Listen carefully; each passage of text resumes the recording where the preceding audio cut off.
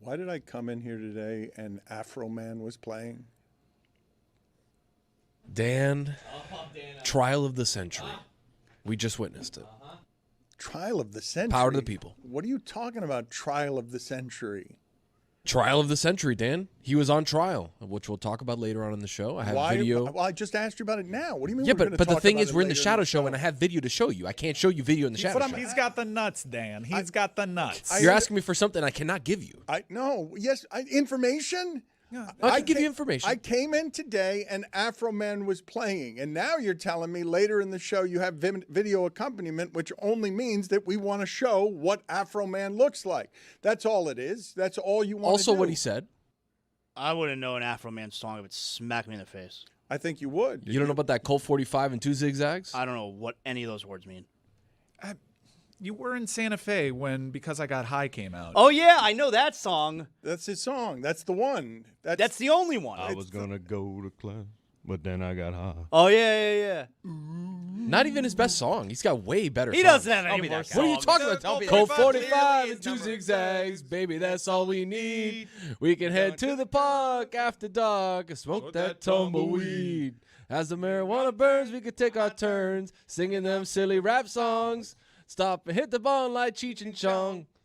That's from here to Hong Kong. That kind of thing. I don't know. Roll them 83s. Cadillac Coupe de Ville. I miss him. Not surprising. Greg Cote blew a gasket yesterday. I don't know who ended up winning the bet. I thought he would be useless today. I end up being right. He's useless today. He cannot work. He was feeling very bad yesterday. An all-star return performance from him, but it gutted him. Not enough for him to miss bowling, but See, this always happens with he him. texted me on the way home from bowling, like, you know what? Got to go to the doctor tomorrow. Not feeling good.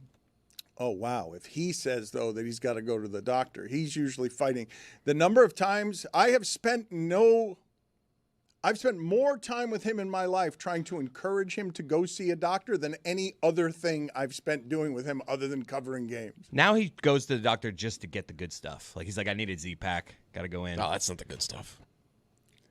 It's what he needs. We all need a Z-Pack. There is something going around in this I need place. to get whatever Jordan got before that flu game.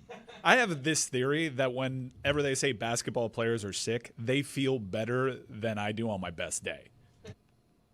I was surprised that yesterday you guys weren't interested at all in the conversation of whether basketball players play high, off of the conversation that we were having, the Alabama player, Aiden Holloway, who got caught with 2.1 pounds of marijuana. And you guys, I mean, I talked to somebody who would know, and they said that that would be worth about $4,000, that's what that would cost. And given NIL money, I would assume that a lot of players have that much marijuana. Just a quick correction, because I misunderstood when you brought it up yesterday as well. I think your friend told you how much a pound is worth, and he was arrested for 2.1 pounds. No, that's not what he said. I asked him what would... Dan, $2K a pound, you're getting it from the plug. You're getting it direct. Okay, but he deals... He's the one who would know what it would cost, what it's worth, not what he sells it for, what it's worth. Like what it's worth to him to sell it. This is what he does, and this is what he said. He said, that's how much it's worth. And I don't know. I wouldn't have any way of knowing. But in the NIL age, that didn't sound like having that much. Might be doing the Reggie Abercrombie. It's Reggie, right? It didn't sound like something that would be worth risking, never mind a scholarship or jail time, just what the salaries are now in college. Like this, what the thing I was asking you guys is this a drug dealer or is this just a guy who had a lot of weed on him? I think it's a guy who had a connection and he supplies for the team. And technically you could say, oh, then he's dealing to the team, but that's not really I don't what's feel happening. safe saying that because that's a way that the cops can go back and be like, oh, you have this amount because you have the intent to distribute. They're going to use that. Which is not true.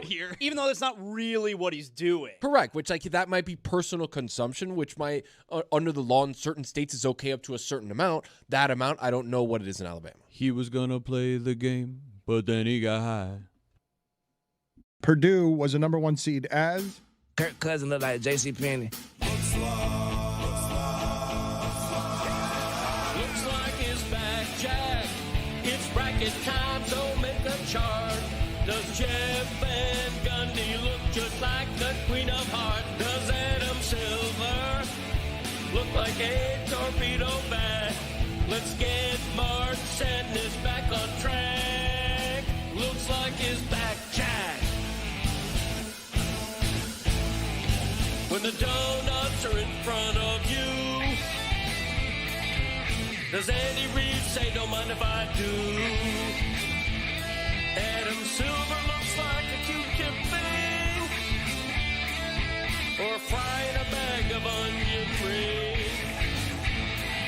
When Timmy laughs until he hacks, that's how you know that looks like his back, Jack. Let me hear you say, looks like his back, Jack. Let's keep on doing it every year. So Ed Burke says, Mr. Bond, welcome to Tangier. Jeff Fisher looks like shotgunning beers at a NASCAR track. If you say this game's the best, I'll say it's a gag. Looks like his back, Jack. Northwestern is gone from the tournament. Jim Harbaugh looks like a casket salesman. Fairleigh Dickinson, 16 seed, rep by Mike McDaniel looked like a college student on a full-ride scholarship for esports. What a run. Looks like his back, Jack. Way to go, Miami of Ohio, taking out Andy Enfield and them boys. Boopy Miller. Turns out, not hard to kill. I want to update already teams that are gone from our tournament, even though I don't feel like the tournament has actually started. So unfortunately, UMBC is gone, which means the loaded Adam Silver Conference ends up losing this. Adam Silver looks like a magician's wand. Fortunately, though, because Howard won, Adam Silver also advances. Adam Silver looks like the last lollipop in the jar at the doctor's office. That is now facing overall number 1 seed Michigan, represented by Michael Smith looks like the high school teacher that motivates his students by sitting in a chair backwards. That's a good one. That is really good. That's why it's a number 1 seed. That's why it's Michigan, which has 7-footers setting screens for each other the last couple of years. 7-footers everywhere. Where do these guys get all these people from? SMU, as we mentioned, is gone. Andy Enfield and them boys. That means that Bruce Pearl is gone. Bruce Pearl looks like the nightclub manager that has a $100 bottle special before midnight. So many guys that look like that in Miami. Just that, where you look at them, and because of their look and their skin color, you're like, I have no idea where that person's from, but it's not here. Like it could be almost anywhere in the world, but I don't know what language or accent is going to come out of that person's Could be mouth. anything. It could be anything, but it's going to offer me $100 for a bottle and a table And a hookah. But the loaded Zaslow Conference marches on because lovable Miami of Ohio is represented by Jonathan Zaslow looks like the guy in an arcade who puts a stack of quarters on the Pac-Man game to send a message to any kids that he's going to be there a while. That faces Tennessee, number 6 Tennessee, which means this is formidable for Zaz in the next round. Pete Alonso looks like a police officer who, even when he's not working, still asks, what's your 20 when waiting for you to arrive? In the South, the play-in game was 16 Lehigh. They were up at the half, but they end up losing the game. That means the loaded Kurt Signetti Conference loses a valuable team. Kurt Signetti looks like the dad that never says, I love you. But fortunately, Kirk Signetti advances as Prairie View, the 16. Kurt Signetti looks like your accountant who, unbeknownst to you, is in the middle of a crippling divorce. Better team won. Better team won that That's one. a great one, dude. That one's so good. Crippling divorce is good, but that will be eliminated quickly by Florida, which is represented by Larry Bird and Adam Silver look like the couple in that famous painting American Gothic. Holy crap. The best Larry Bird one we've ever gotten looks like an old Ukrainian woman. Amazing. that dominated basketball. An old Ukrainian woman, it's inexplicable. Go look at the highlights. You will not be able to understand or explain anything you're seeing. Nothing like Larry Bird has ever existed in the sport. Just totally confounding. He was so good. We'll feel the same way about Jokic. Understood, but at least Jokic, I understand, because it's 7 feet tall. It's tall. It's not the grace of Larry Bird. It's able to hold the ball over its head, and nobody but Wembanyama can hit it, and that's how he's able to just keep it away from everybody. Just shoot over everybody. I love the way you referred to Jokic as it. Yeah, well, it's true. It is inexplicable. It is. It is a loaf of bread. NC State is gone. Mike, Miami's going to play here tomorrow night at 10:10 p.m. In Missouri. So late. And 10:10 in Missouri. Well, so late. But the thing, It's unfair. The thing that I want, yes, they're playing in Missouri against Missouri. They're playing. It's a higher seed, and the lower seed has the advantages. So it seems unfair, Dan. But when I saw NC State here getting eliminated as an 11, and I also was confused why it is Miami was seated lower than Louisville, and I was confused in general why Miami wasn't getting more respect. It's just because the ACC is terrible outside of Duke, correct? I'm done hearing about this. ACC is, but that's why Carolina it's happening, is right? bad now because of the injuries. They're a little overrated. But this narrative about the ACC has existed for the last few years, and there's always an ACC team in the Final Four. And I think this year it's especially wrong, and we'll see how this tournament plays out. I guess what I would say to you, without intending to step on your defensive button, is the reason that's happening by the committee. It's not. I like the Miami's team. I think it's going to be really hard to win in the tournament when you can't make threes and when you can't make free throws, and the style in the three-point age. Nobody can shoot in college basketball, but that's generally not the style that wins this time of year. I'm assuming that the committee and everyone else is regarding Miami in a way that's worse than me. Yeah. While I'm sitting here watching most of the games because they don't believe in the ACC, that's the reason that's happening. That's why there are teams from other conferences with less impressive records than Miami that are ranked higher. The general thought is SEC, Big 12. I think the Big 12 is the best of them all.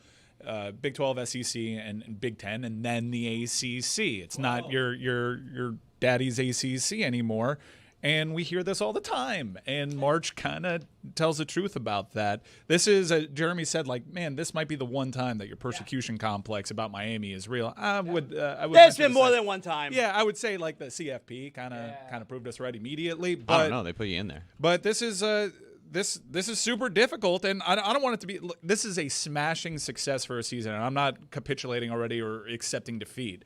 I do think Miami has one guy on their team that is crucial to this time of year, and it's Trey Donaldson. That it needs to be him. He does the things in March that win you games. When Miami survived against Drake, when they went on a deep run, Nigel Pack was doing those things.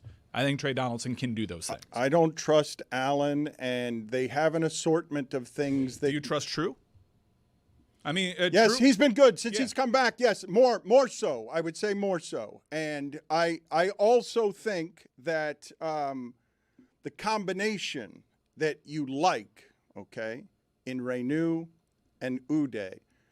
Uday does nothing but dunk, but he's more physical than almost everyone he's playing against, both offensively and defensively. Renew struggled against SMU. He can struggle against size because he's a little undersized in the post.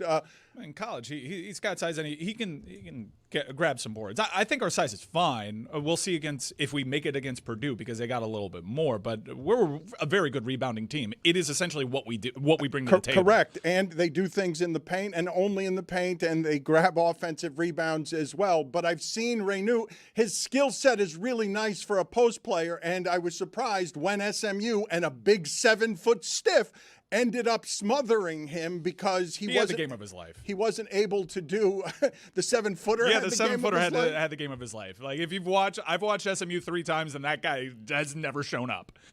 And he stifled Renew, and it was confusing to me. But regardless, NC State is out of the tournament, and that means that another Adam Silver casualty, is out of the tournament. Adam Silver looks like the 4-star general in a post-apocalyptic movie faced with the daunting reality of an alien invasion and the likely end of humanity as we know it, who says, staring off into the distance, "They're already here. We're the aliens now." That shouldn't have lost to this. Adam Silver looks like an Apple Watch charger. Yes, it should. That's so good. Better team doesn't always win.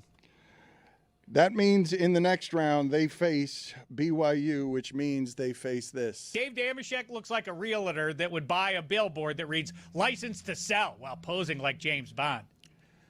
I wanted to ask you guys, based on the news yesterday, if you could give me some theories on the following. The Miami Dolphins and their new brain trust had information leaked yesterday. Achane, for reasons that I'm confused by, they decided to say he's Travis? staying. You talking about Travis? Yeah, he plays for the Saints now. Devon Achane. Oh, okay. I know it's emotional. It's tough when you think about how they may wind up trading Devon Achane, and I get. He's Dan not gone loves yet. him. Dan, he's not gone Dan yet. loves I him just too. know I how get choked Dan up is such also. a He's fan of him. emotional Dan, about you love him. pronouncing It's okay. last names. He I gave know us it's good like moments. it's Castellanos or Castellanos. You don't want to lose It's players you like. I get complicated. it. He's so fast. What did you make of losing him, of the leaking of the news? What did you make of the fact that the Dolphins are getting rid of everybody and they're raising their hand and offering to Adam Schefter, not this guy. This guy's untouchable. Help me. I think it's the opposite.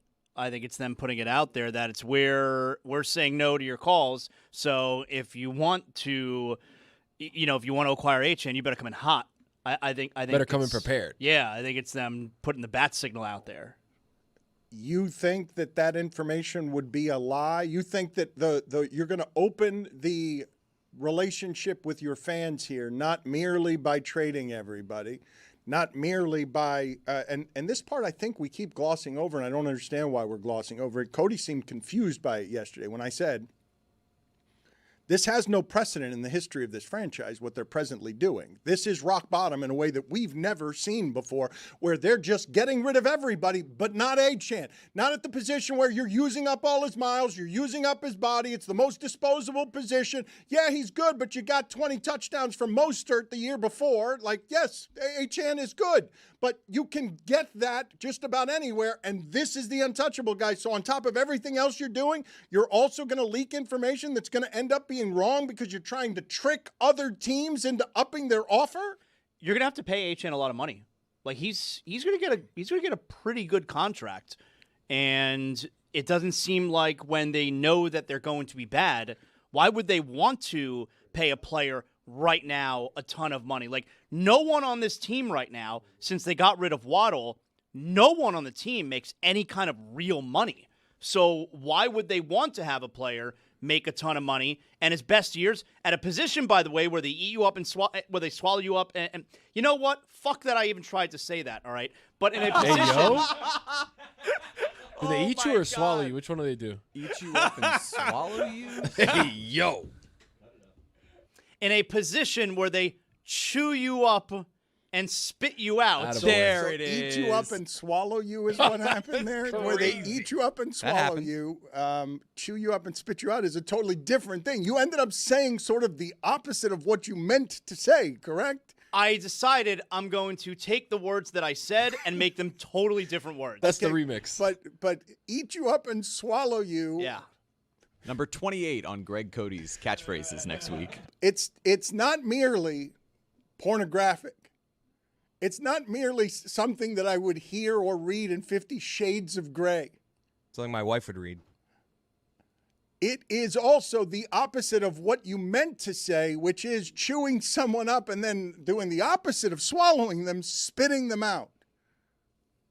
I don't think anyone's ever said eat you up and swallow you. Like, what does that mean? Put it up on the poll at Le Batard Show. Has anyone ever said eat you up and swallow you? The problems with my voice, help me. Welcome back to the right time. My name is Bomani Jones. Thanks for listening on ESPN Radio and the ESPN app.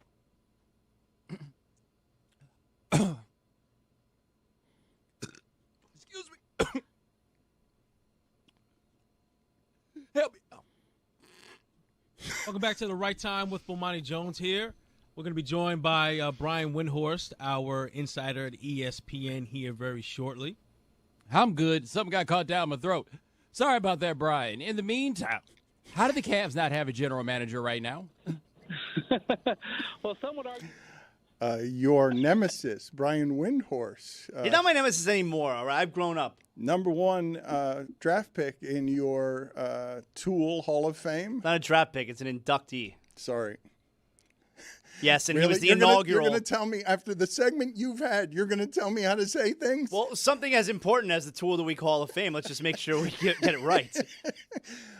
You guys are just thinking. So you guys in our post-truth world, where almost all of the media is compromised, what you guys are telling me now is that news comes out yesterday that Adam Schefter is reporting, and you're simply assuming this is a lie that Adam Schefter is being made to launder in public to create the first relationship with the fans is not only do we fumigate the building, we throw lies out there. That's how we're going to introduce ourselves to Miami and its fan base as we get rid of everybody they care about. It doesn't have to be a lie. I mean, things change. Hey, we didn't know that Team X was going to offer us 3 first-round picks, so no, we but had wait to a do minute. it. You're saying they're doing this to manipulate, which makes it a lie. He's not untouchable if he's touchable. Like, he's not untouchable if we could change the offer and make him touchable. Oh, but that happens all the time, no? I don't believe that Shai Gilgeous-Alexander is available in a trade right now. I don't believe Jokic is available in a trade right now, no matter what you offer. Yeah, I didn't believe Luka either, Exactly. but also Achan's not that. He's not. And this franchise was not where the Mavericks were. This franchise is very clearly getting rid of talent, and you've often told the story about how Pat Riley at an event is like, no one's being traded. We like where we're at. And Pat Riley got here. Pat Riley's very first year here, before they even played a game. I read in the newspaper on a Friday a quote from Pat Riley. We are not trading Glenn Rice. Yeah. I woke up the next morning. They traded Glenn Rice. I saw that Achan alert, and I was thinking, man, he's available. This is part of the game. Yeah. This is what you do to sound the alarm. Hey, call us. Dan, our whole life is a lie. Why would Schefter be the one to tell the truth and everything? It's like we're looking at across the world, lies everywhere, and the only truth bearer is Adam Schefter saying Hafley really likes Achan. He's not going to trade. Also, why would the tipping point with Dolphin fans like, oh, I can't take it. Like, why would Devon Achan be the tipping point? The part that I'm actually most interested in isn't what you guys are doing. It's just the resignation to we're being lied to, we accept it, and we're running everything through the filter, even the NFL's top information guy. I'm just sort of amazed that that's not a world that I have lived in before now, where everyone's doing that, where I know that something that's being given to me by the most credible person that there is in the sport when it comes to information is a lie and a manipulation based on new leadership that I've never met before, I don't know anything about. Like, I didn't make that assumption. I'm still not making that assumption. I assume that what they were telling us is they really like him, they intend to build around him, and we're done doing this stuff. We just traded Waddle. I thought they were talking to their fans. I didn't make the leap that you guys made. I'm still not doing that. You guys have adjusted to post-truth stuff that I have not adjusted to. I'm sitting there saying somebody leaked to Adam Schefter information that they think they want somebody to have. I didn't think it was teams. I thought it was their own fans. Look, I understand blending worlds. I don't think this is exactly trying to look at how much coffee is in Bibby's cup. This is just posturing that has always existed. It's been a move in the social media age. I'll look up how many times someone's reported on a team really liking a player and not fielding offers, and this player is a part of their future, and then the very next moment, in a couple days' time, you realize, oh, that tweet right there drummed up a lot of interest. Yeah, you're saying because it's Adam Schefter, you are believing that it would be the truth. To me, when I look at the major information guys at the moment, when it comes to transactions in particular, when they're doing features and things like that, sure, like it's journalism. But when it comes to transactions, I fully view them as mouthpieces, and we normally see this happening around a trade deadline. The reason it feels a little different is because you're in an off season, there are no final dates ahead of you, so the fact that these trades have happened right here like a month before the draft, the need to communicate something like this right now doesn't make a huge impact, but this stuff happens. Baseball is right at the top of the list when it comes to this. As you approach July 31st, you start hearing all sorts of stories about who's untouchable and who's not in farm systems. There's breaking news right now. Cade Cunningham has a collapsed lung and is going to be out for an extended period of time for the Detroit Pistons. They struggle a great deal without, with Cade Cunningham in there scoring points offensively. I would say more importantly on the front end, because I know we get very quickly to, now Boston's the favorite. Detroit's done everything else. Collapsed lung seems terrible. It sounds like something. I don't know what that feels like. Can you guys look up for me what a collapsed lung feels like? Dude, I've been looking up what a collapsed lung feels like all the time because I went to the doctor and I'm at risk of having one at any moment. It sounds, I don't know what you guys think. How would you even know if you had a collapsed lung? How would you look up how something feels? Breathing. Believe it or not, it's the shortness of breath. Just like that? Yeah, just like what happened to me right there, trying to get that line out. Sudden, sharp, stabbing chest or shoulder pain that worsens with deep breaths or coughing. Chest pain on one side, especially when taking breaths. But that's all like heart attack symptoms too, right? Right. That's Isn't what it I like thought. one side I'm having a stroke, the other side I'm having a heart attack, I can't breathe? At some point, you're hoping for a collapsed lung, right? If that happens. Well, that's why I encourage everybody to check their coronary calcium scores, because also in that scan, you can find out whether or not you have a blister on your lung, which is what happened to me. Collapsed lung, I don't know. If I give you two phrases from medicine, obviously heart attack, those things that are fatal are obviously the scariest. But when you just think of discomforts or things that you're living with that are difficult, herniated disc, fractured testicle, there are certain phrases, collapsed lung, blood clots, there are certain phrases that catch my attention, and Cade Cunningham having a collapsed lung is something that makes me just immediately feel for the person and whatever it is their discomforts were before even getting the diagnosis, because I imagine it just sounds truly terrible. Ruptured testicle. Yeah, I said fractured. You testicle. said fractured, but exploded? Ruptured, but like a I'll take a fracture Put any it on day the of the poll week. at Le Twice on Batard Sunday. Show. Which is worse, ruptured testicle or fractured This might come back testicle? 100%. Fractured means you can kind of put it back together. Ruptured, there's no putting that thing back Fracture's like Humpty Dumpty. Real quick on the Schefter thing, I wish there were a way to sample sports fans, because I think that there's like a general base level understanding that insiders across all sports play a game. And that teams reach out to them, put this out there, and in exchange, you'll get the scoop. Is that not what happens? I thought that's the understanding, and Dan's approaching it like this isn't common knowledge. And when I see stuff like that, I'm like, Schefter's just playing the game. Because normally, though, where there is trust, where there is credibility, not that game. Like, that's not the people you trust, and the people who are credible are not playing games with the truth. The people you trust and are credible because they tell you the truth and do and say credible things. But to what Zaz says, like, it could be the truth there this very second, and then all of a sudden they add a first-round pick, and they're like, you know what? Right. They're right. Here's a great example. In the NFL, when there's like the round of coaching hires and the coaching carousel comes out, I think people understand Adam Schefter is repped by the same agency, and putting people's names out there increase their value and awareness and name recognition. And it's, scratch my back, I'll scratch yours. Okay, but the things that have happened to information and truth, okay, just follow me down this path for a second, because I know you guys think you have this right. And you may, for all I know. But just entertain the hypothetical for a second that I have it right, that he's actually untouchable, because you guys are presenting the theory that there is a team in the NFL right now that's not interested in A-Chan, that now, because of this Schefter report, has been fooled when they can just tell all 32 teams. They don't have to tell Schefter.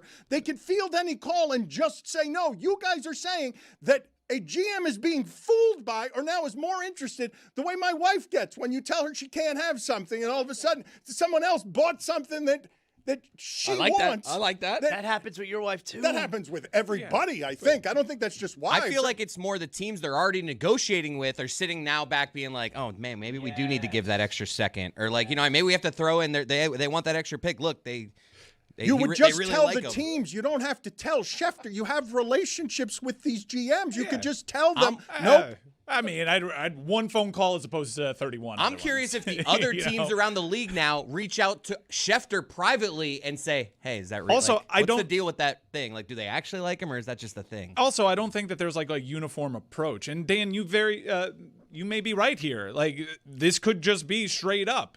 The Dolphins don't want HN out there. But keep your third eye open. This is where it ties into the post-truth point, which is it could be any number of things. And you just absorb it, and you move on with your day because we're all cooked. I think the premise is to manipulate not the GMs, but the fan base's perception, right? Hey, we say Devon Achane is untouchable. We need some good PR. We end up, not just that, but when we end up making that move, it's, guys, he was untouchable, but we were just so blown away by the offer. That's not untouchable. That he became a piece we had to move. You see it happen with starting pitchers in Major League Baseball all the time. We're building around this guy. We're building around. Watch Tarek Skubal come July. Watch Tarek Skubal. He's someone, they want to win the World Series. Why am I watching him? But if they're just out of it, he's about to be up for a contract extension. He's in the last year of his deal.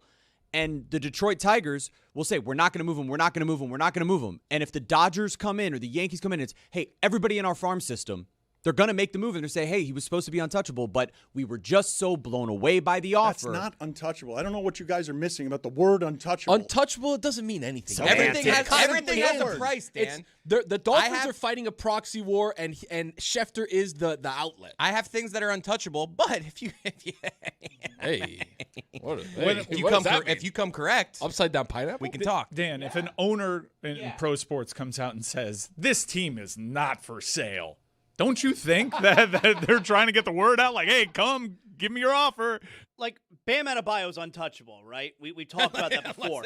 If the Oklahoma City Thunder offer their starting five, I don't think Bam's untouchable anymore. He's not untouchable then. Okay, but that word gets thrown around all the time. It doesn't mean anything. Okay, it's supposed to mean untouchable. Words are supposed to mean what they mean. Like, you guys are now changing not only the language, you're changing what truth is. You're changing what reporting is. You guys are attaching your cynicism to everything in a way that distorts it. It's not cynicism. I grew up in the WWF golden era. Wow. To quote Ted DiBiase, everybody's got a price. You know about that $1 Million Man? You know about? I do. Jay Billis is picking against Miami in this game. He says, quote, Miami's had a great season. No team improved more year over year than the Hurricanes, who picked up 18 more wins, but I like Missouri in this one, led by Mark Mitchell's 18.3 points per game. This is a coin flip, so take the upset pick.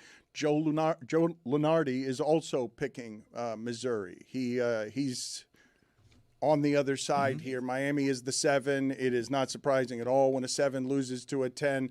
A home court advantage is an advantage unlike any other that you give this time of year. The tournament, like, in this respect, we're not wrong in saying Miami was done dirtier than anyone else was. The higher seed was punished. Yes, I think you're absolutely right there. I do think that if this game were in Tampa, I'd feel good about it because Miami does things that can affect Mizzou, their rebounding being one of them. And Mizzou tends to over-pursue on defense, and Miami's got some athletes, and they will kill you in transition. That's something that Miami is excellent at. So I think it's going to be a great game. I think it would have been a great game anywhere, but for people that think like these two teams are pretty tight, yeah, the game being in St. Louis, Missouri, prime time locally, that's a pretty big advantage. Yeah, and just want to clarify, like when we say home court advantage, it's not actually their home court, it's their home state. The same way Mike just said, I'd be comfortable if they were playing in Tampa. So we had Jay Lucas on a live stream with us on Sunday. He has been great for the University of Miami. If you do not know his story, I imagine a lot of people listening to this don't know who John Lucas was. Not just that he was an NBA player, but and a good one. But the thing about John Lucas that was most impressive is how he helped people with addiction, how many people he helped with addiction. He himself overcame horrible addiction that had him, sleeping in his own urine in puddles in the street. And now his son, it is really cool to see them at the games together, to see how proud his father is. His son is 37 years old. He is responsible for the greatest turnaround in the sport this year, and one of the greatest any of us have ever seen, right? To go from 7-24 to flip that to 24-7, all new staff, all new players, wildly impressive. And he gave us an interview on Sunday. I think the SID might have helped him change his tone some, because the way he was talking about this Sunday isn't the way that he was talking about this the rest of the week. So you're playing against Missouri in St. Louis. Does that feel right to you? I mean, it's kind of been our story for the year. We've kind of been disrespected and looked over. So it just kind of goes, and I like it. We've won on the road more than anybody in the country. So this is just another road game for us and business as usual. I didn't know that before he said it, that they had won more on the road than anybody in the country. That was not something I knew. He also said during that interview that he loves their style of play, which is just throw the ball at the shot clock and go get it. Like they are a very athletic team, and Mike is right when he says they've got a good enough point guard to be the kind of point guard that you need this time of year, even though late in the season I would have liked him to be a little bit better. Yeah, he wasn't great down the stretch, especially that last game. That was Miami's worst game of the season, but that might be a good thing for Miami. I thought Jay was very good post-game, but Miami's got a couple of guys that doesn't matter the defense you play on them, they can get their shot off, which is hard to do in March. How come you're not going? To Mizzou? Yeah. Man, it's late. Highlight game on Friday. All right, I just thought you would have went. No, I'm an owner of a champion highlight team, so I'm gonna tough one yesterday. Yeah, I was I'll very be there for the Sweet disappointed. 16, I was very disappointed by your team, our team yesterday. I liked our broadcast. I was impressed by our broadcast. One of the rarest things you will see anywhere in American sports broadcasting, a live broadcast of highlight. It felt wonderfully weird. Manu did not rise to the occasion. At the very end, the punctuation on that was horrible. For those of you who do not know what Jai-Alai is, I don't know if we have any highlights, but the last play of the game was a disaster. The last play of your day was a disaster, and I think they foiled your broadcast by giving a poor representation of both what this sport is and what your team is. Did you guys light up your team? Did you yell at your players? Were you upset with them? Manu showed no emotion. That's vintage Manu, though. He never does. He pulsates indifference. That's right. His face does not change. Yes, that is a fair criticism of Manu. And body language as well. Yes, you're right. Proceed. We do have some highlights. Yeah, we have a good culture, though, Dan. I don't have to light up my team. Good room. I had guys reach out to me. Sorry, boss. We'll be better. Yeah, my players know that they didn't put their best foot forward. That's the worst performance that we've had in maybe a year, and the timing on it. How do you respond to "sorry, boss"? You say like, "Don't let it happen again." We're champions, dude. They're little bumps in the road. The regular season, no one goes perfect. You're gonna win some, you're gonna lose some. They couldn't handle the bright lights. They could not handle a live broadcast. I felt like it's fair criticism to say they choked yesterday if it's their worst performance in a year as champions. It is, and Dan, the pressure was on. This was the biggest highlight match of the week. Let's relive some of it here. We have some highlights. Our first one here is the only good thing to happen. We won the first set of the day, and this is us reacting to it. This is some good pelota going on right here, folks. Good. Let's go! Yeah, let's go, Cyclones! We're so excited. The Undertaker! Look at Gong me, Fuentes! Gong me! Stu, help. Hey, yo. I love the Undertaker. And we went on to take a commanding 5-bagel lead in that second set, and it all went sideways from there. Not very much excitement provided by the Cyclones, but we'll dust ourselves off, and we'll be at the Jam Arena tomorrow night. Free entry for those that want to catch the world's fastest game. The champions take the battle court once again tomorrow. 7 o'clock first toss. We'll see you there. Dan, we also had the referee take a pelota to the ankle. We have that clip here. This guy's got no interest in playing. Put the sound up. Put the sound up. Barba. He hit Barba. That's one of the taxi players. El Barba. Look at the beard. This guy fills in when there's injuries. Let's check up on Barba. Did he miss that shot? Yes, David. The That refs. didn't even score. Our front court judge is Ooh, okay. that is a painful, right to the Right in the ball ankle. of the ankle. El Yes, David. Barba. The refs are like taxi squad players. Okay, hold on a second.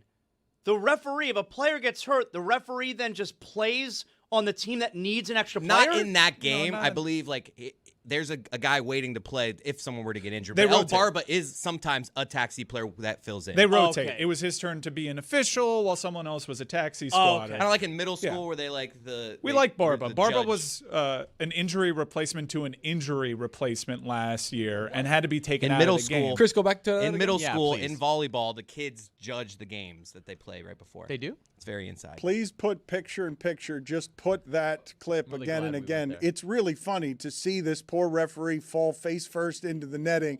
And if you've never fallen in netting, it's hard to get up once you've fallen in netting, especially if you've had your ankle hit by a pelota. So go ahead and put picture-in-picture. That's a great highlight from that match yesterday. I thought it was the greatest of the highlights to have the referee fall hurt into a netting he couldn't get out of. Yeah. I don't know if you can see. I don't know how. I mean, these broadcasts are dazzling 480p, but he does have crazy facial hair, El Barba. It's what he's known for. That net will eat you up and swallow you. We have that sound if Zaslow would like to hear it. El Barba is it's Spanish for the beard. I did not realize I'd be tuning into your live stream on Jai-Alai, and all of a sudden Deadliest Catch would break out where I've got somebody like a fish stuck in a net. At a position, by the way, where they eat you up and where they swallow you up, and you know what? That I even tried to say that. All right, but in a position.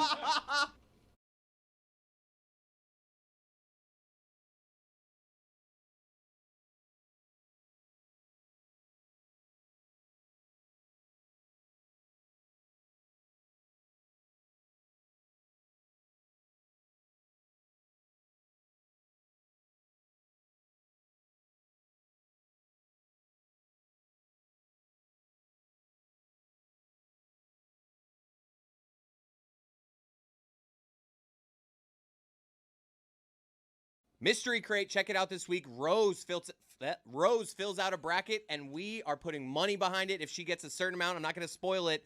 There's stakes here. Rose can win up to $500 from me personally. So you got to tune in. You got to check out Rose's That's bracket. the truth. He's not lying about that. Yep. That's really actually what's going to happen. I'll definitely pay It's her. going to pale in comparison when she wins $1 billion for getting the perfect bracket Well, for Warren she's Buffett. told me that if she hits perfect and hits $1 billion, the bet is void, and me and her split at 50-50. But what about the rest of us? I mean, you guys aren't in on that. You're out. Wait a second. But We tune got in. Zaz's old ass story time. He brings an old ass story from the archives. He had to blow the dust off of it from how old it was. Hey yo. And we finally pick our Mystery Crate teams. The Mystery Crate character draft. We have that today too on Mystery Crate.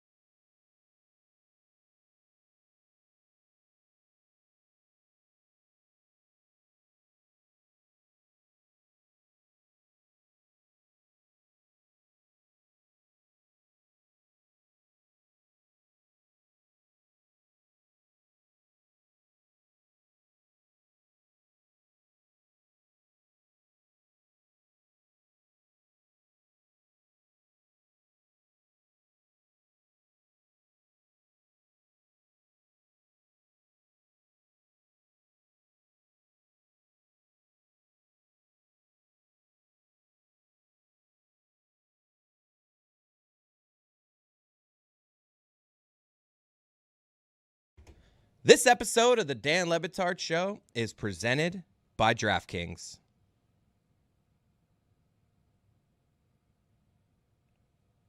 Draftkings! The crown is yours. Got a number of things to talk to David Samson about, from WNBA to Major League Baseball to Tracy McGrady saying that there isn't enough talent in basketball to add expansion teams, to baseball making Polymarket now more mainstream than it has ever been made by anything reputable in sports. Just a great number of subjects to tackle with David Samson from Nothing Personal. You can catch his podcast covering terrain that you just never see covered by others. And I keep saying that because it's the truth. There is nobody else in sports doing what David Samson is doing, where he is covering difficult stuff. Florio tries to do some of it. It's the closest I have seen. Florio. Minor penalty, 2 minutes for boring. We got your back, David. Dan, we have to do this to you. Too much. Yeah, I was driving in to the show when David was in studio, and it was excessive, and it was wrong. And the officials are sending a message. Go. We're calling this game tight. We're not going to allow you to do that to David. Yes. You were excessively mean to David, who took the time, in a time where it's hard for him to travel, to be in studio, and you treated him like crap. So please, step out, serve your penalty. We'll get this thing started without you. Kindly leave. Really? Kindly leave, please. Wow. Really delayed Please. penalty. Kindly leave, Wow. please. How do you think Making an Senegal example. It's, more on that in a moment. Actually, I would like to talk to you about Senegal. But Dan did have a good setup on the WNBA stuff. What do you have? Hey, what's up, Mike? First of all, I just want to tell you that it's okay for your team to lose a game, and I understand that they're going to try to goat you to be a different type of owner with that performance under the lights, but don't go changing. You cannot let one result change your process. I appreciate and that. I loved it. I appreciate that, David. And yes, it was a big game, and it was an embarrassing look for the ownership group, but the pressure got to the defending champs is a weird thing to say. I really do want to join the highlight group chat now. I thought about it overnight, and I agree that I could silence it if it becomes too crazy.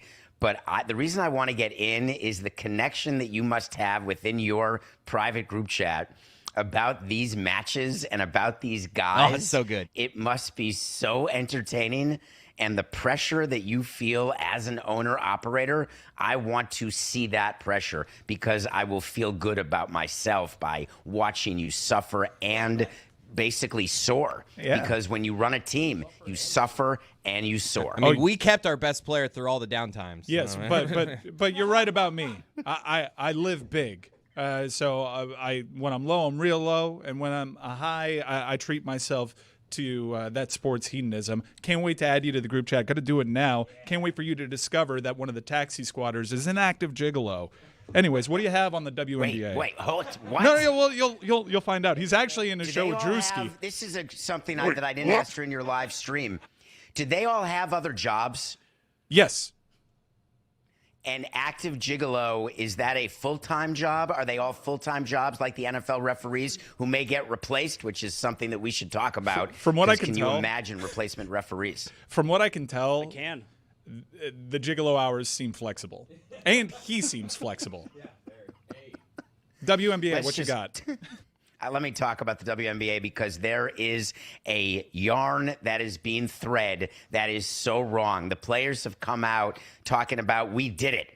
This was all about business, and we mean business. And they are taking a victory lap on this CBA agreement with Adam Silver and the NBA owners. Except when you look at what the WNBA owners were offering 7 months ago versus what the players agreed to yesterday, it's a tiny smidge better, but not even close to where the WNBA owners were willing to go. The revenue sharing number stayed well below the 20 range. The salary cap growing to $10 million over 7 years. Oh my God. An opt-out after 6 years only. The minimum salary, hey, $300,000. Way to go. I'm happy there's an agreement, don't get me wrong. But there's nothing I like better than a victory lap done by someone who just got their ass kicked. I get it. I understand you're going to win the PR because people aren't going to focus on it.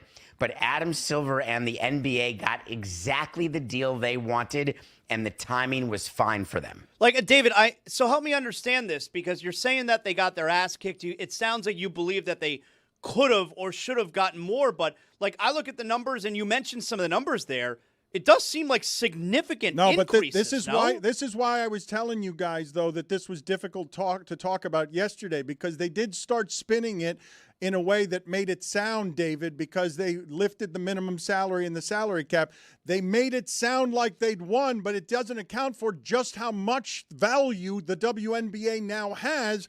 And you seem giddy. This is the telltale sign, okay, that the owners won. Samson sounds thrilled. He sounds happy that labor got crushed.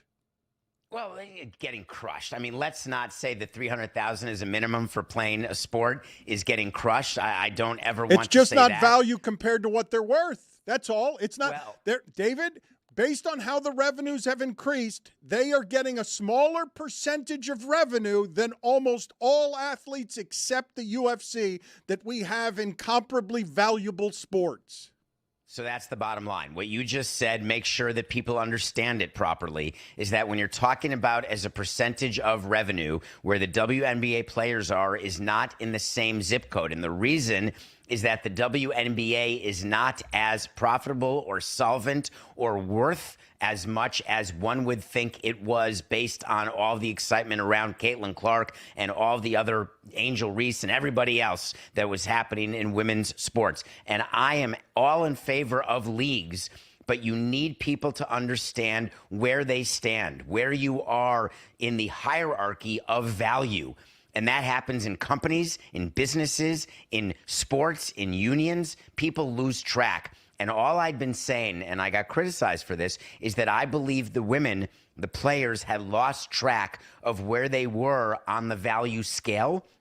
And they were trying to pass way too many levels way too quickly. And they were shown that you can't do it. The average salary is projected to be $600,000. Minimum salary is $300,000. In 2025, minimum salary was $66,000, and the supermax was $249,000. So when you say it that way, everyone could say the players win. Except if you were watching the writers' strike and the future of AI and everything that was coming next, this does not account for how much money these people are going to be making in 3 years. Not the players, the owners. Because of what? Look at David's smile. He knows what just happened here. He knows the players are trying to set it up to look like a win, and they did get a bigger percentage, but they didn't get the percentage of value that this league is going to be worth in 3 years. Silver and the owners won here. And the biggest thing that I would have looked for was an earlier opt-out, because you see players get that in baseball where, hey, let me get the opt-out because that is always pro-player. Because if you're worth more, you opt out. If you're worth less, you opt in, and then you're overpaid. An opt-out in a collective bargaining deal. Look what the NFL is doing with their opt-out of the media deals. They're going to CBS for an extra 50% over what they're owed contractually because of this opt-out 4 years from now. When the WNBA players agreed to only an opt-out after year 6, you are locking it in for 6 years. And anytime you can get a union to lock in at a deal that you've won for that period of time, that's the point that should be the most despondency for the players, but no one's talking about What it. I thought was the players are going to realize and fans are going to realize that this was a bad deal in 4 years, in 3 years. Like it sounds good now. They're framing it well now, but in 3 years they're going to realize, oops. Yeah, if they have good advisors, and that's why it's so important to have a good director of your union, and that's why I spent so much time on Today's Nothing Personal about J.C. Treader. If you have someone of intelligence and someone who understands business, they're not going to be unhappy in 3 years, Dan. They're unhappy this morning. And so what I'm looking for is what was announced was a verbal agreement, and that's it. And now you get to putting it on paper, and there's a good period of time between those two things until we see a signed, binding letter agreement, letter of intent, a draft CBA that has been approved.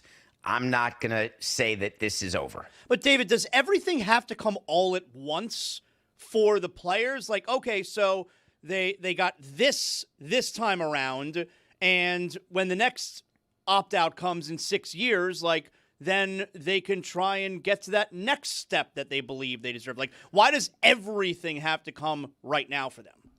No, that's my point, Zaz. It doesn't. You have to be realistic about how it works and how you can go. Listen, we can go back to Kurt Flood and free agency in baseball and say, wow, at some point it's true. The Price is Right guy falls over the cliff. But until then, you're taking incremental steps until it's too much. It's like New York closet space. There's always room for one more hanger until finally there's not. And so you don't go for everything in a collective bargaining negotiation. But I'm really referring to the victory lap that the players are taking as though they're trying to convince us that we're stupid and that we don't realize what actually happened. It's working, though, David. It's absolutely Makes me crazy. It's absolutely working. People think the players won, and they didn't.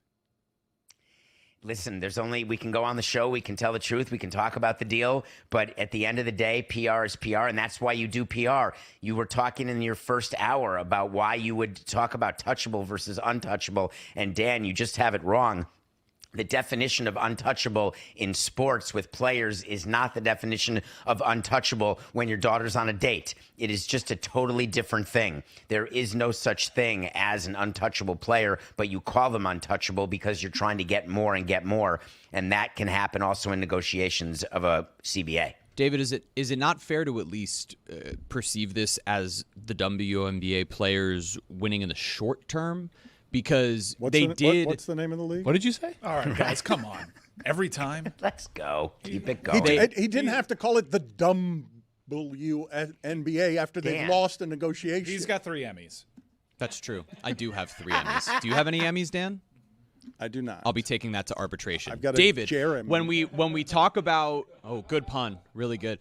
When we talk about the WNBA players and the way that they raised their salary floor, the way that they raised the max, at least in the short term, and you've talked ad nauseum about like being willing to give up comforts like flights and things like that.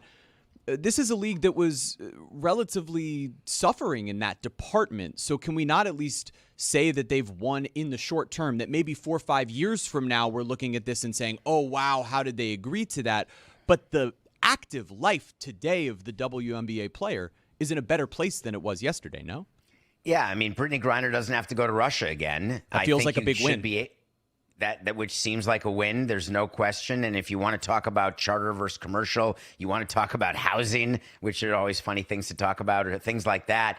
But so you can always find things that you believe cause you to feel as though you're victorious. That's how our brain is supposed to work. You're supposed to look for the positive in every situation. But I'm talking about the overall deal.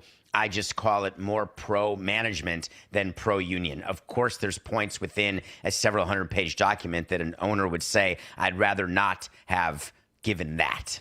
What was the thing that jumped out in the details that you've seen so far reported? Were there any details above all others that you were like, oh, that's interesting? Yeah, it was the opt-out.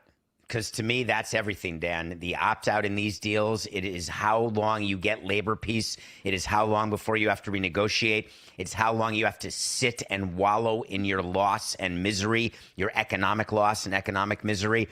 I was very, very surprised, if what was reported is true, that the only opt-out comes after year 6 of a 7-year deal. So, David, it makes you crazy when it looks like the players won this negotiation when in fact they did not. But do the owners actually care, what people think if they know that they did in fact win?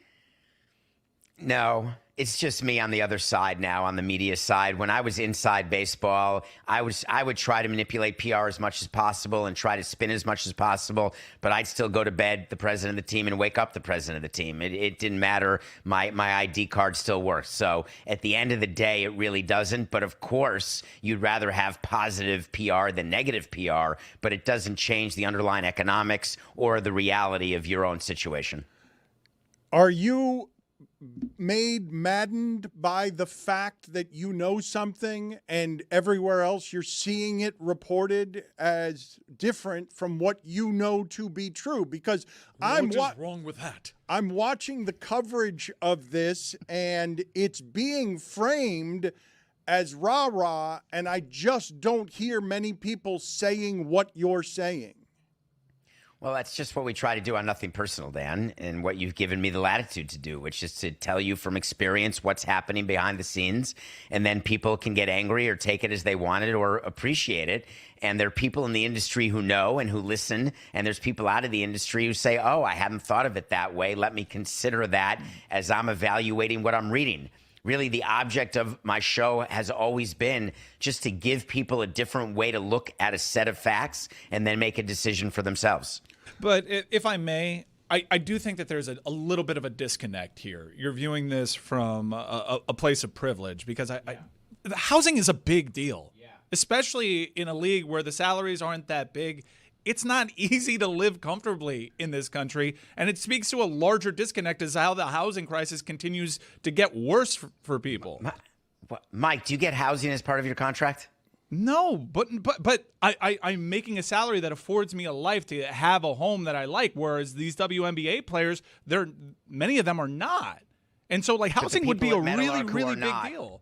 There's people that make really good salaries that can't afford to live comfortably right now. I think David's point, though, is, and please, David, if I've got this wrong, say so, but I think David's point is, because he's always telling you that when baseball was negotiating this stuff, the owners were looking at the big macro stuff, and the players were like, we want clubhouse chef amenities. And when you say housing, yes, housing is a stability that people want, but it's not as important as, what do you mean they're only getting 20% of the revenue? Like that, the big macro item is this league is going to be making so much TV money in 4 years that these contracts are going to look stupid. I understand, but it is important. It's not the luxury of a chef in a clubhouse. It's the stability of a home, and I do think that. Yeah, but dollars are fungible, Mike. Dollars are fungible. If you get an increase of $50,000 over the course of a year salary, and you allocate all of that, if it's post-tax, and you can add, $2,000 to $3,000 a month to your housing allowance to what you can afford to do, I don't think it's the job of the owners of a WNBA team to make sure that every one of their employees, every one of their players has a place to live or a living situation that's good. You have people who come work for baseball teams. They live 4 people in a 2-bedroom apartment. You have people on Wall Street who have roommates because New York City is expensive. It's a choice that you make. If you want a bigger house, live further away from a city center. There are just a ton of different ways that people account for the different cost of housing, and it's choices. The amount of money that you spend for an apartment in New York City or a home in LA, it's a joke. Go to Montana, you get a damn ranch. But you're in Montana, by the way, beautiful, and I'd love to live there, maybe, in theory. But so I just don't buy into the stepping over dollars to pick up pennies. I've never liked that as an economic argument. I'll give you a couple of stories. One of them you've probably heard before. Don King just put the suitcase of $1 million in front of Muhammad Ali and made him sign away everything for Zaire because players see the one thing. I've talked to basketball owners who were negotiating largely against players who were on the end of the bench, and so they were Chris Paul ended up taking some of that over, but they were giving everything that the players on the end of the bench wanted because they were looking at the macro. And what David's telling you here is any player in the NBA or WNBA is going to want the stability of a home, but the macro is revenue. The owners care about what percentage of the revenue do you get, and they're at UFC levels. Like the WNBA used all the leverage that they had over the last few years to get a percentage that is among the most abhorrent you will see in sports. But these are very rich people, right? So they can be looking at it from a standpoint of, oh, I'm trying to maximize every value of a dollar for the long term. But you're looking at people in this league in particular. We're not talking about Major League Baseball or the NBA, where salaries have already increased to a place where everyone should be able to live comfortably and live their life. The difference between making $120,000 a year and $600,000 a year is a massive difference, particularly in modern America. being able to set people up with housing. Look, if you're going to create your own little socialist collective as a group of owners where you could suppress salary, at least providing housing like the promise of socialism would do is a nice little benefit so that they don't have to worry about it. Mike has a video of Drewski. Who the the freaky chocolate downstairs? I've never seen Chef so shiny. See, I come from a different generation. I know about Chef Boyardee and Chef Al Green and shit. I don't know nothing about no freaky chefs. Who the is these freaky Jamaican Ninja Turtles? The Jamaican Ninja Turtle is one of the taxi squatters. There you go. Put that still up of him right there. Gigolo. You guys said the Gigolo Look at him. has... Yeah, he's Drewski said freaky chef, though. Yeah, he's in better shape than Manu. I'll give him that. You said he's physically flexible. You said his hours are flexible. I did not know that gigolos were still a thing. Go ahead, David. You were going to say what to what Jeremy was saying? I just enjoy hearing it because he's talking exactly the way we want players to talk. When I was in management, that's what you want. You want them to have the view. And by the way, there's so many people, Jeremy, making $60,000 a year and they figure out housing. It's tough. It's definitely tough. But the difference between 120 and 600,000 for people making 60, 70 grand, it doesn't much matter. And so from the WNBA standpoint, if you can increase their minimum from 60 grand to 300 grand, and you get to give them what they call a victory lap while you are making sure that you have completely won on the revenue side and on capturing all of your franchise value, then what's the difference? That's the beauty of this agreement. We've talked here for 25 minutes about this. Just do me the favor, Jeremy, of looking up the following. What percentage of revenue do football players get, baseball players get, and hockey get? Get me those percentages. And what did you feel like you had? Because they're saying 20%. You said it wasn't quite 20%. Do you feel like you have an accurate appraisal of what percentage of revenue the WNBA players are going to get?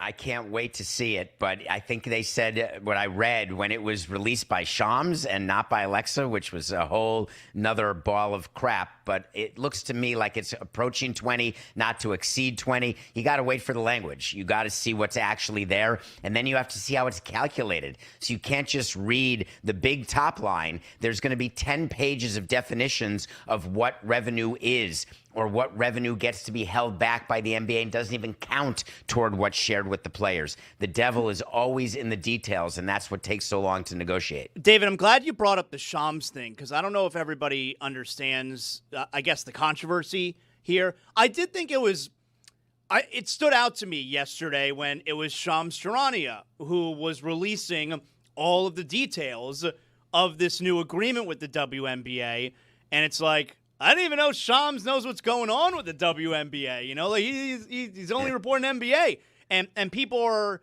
like, I guess the reporters who have been covering not just the WNBA but these labor negotiations, they're angry, right? Yeah, well, they were sitting around all night as the negotiations went deep into the night, like 6 or 7 days straight. And it's the same company. That's the whole thing. It's Shams and it's Alexa, and they're trying to figure out who gets what.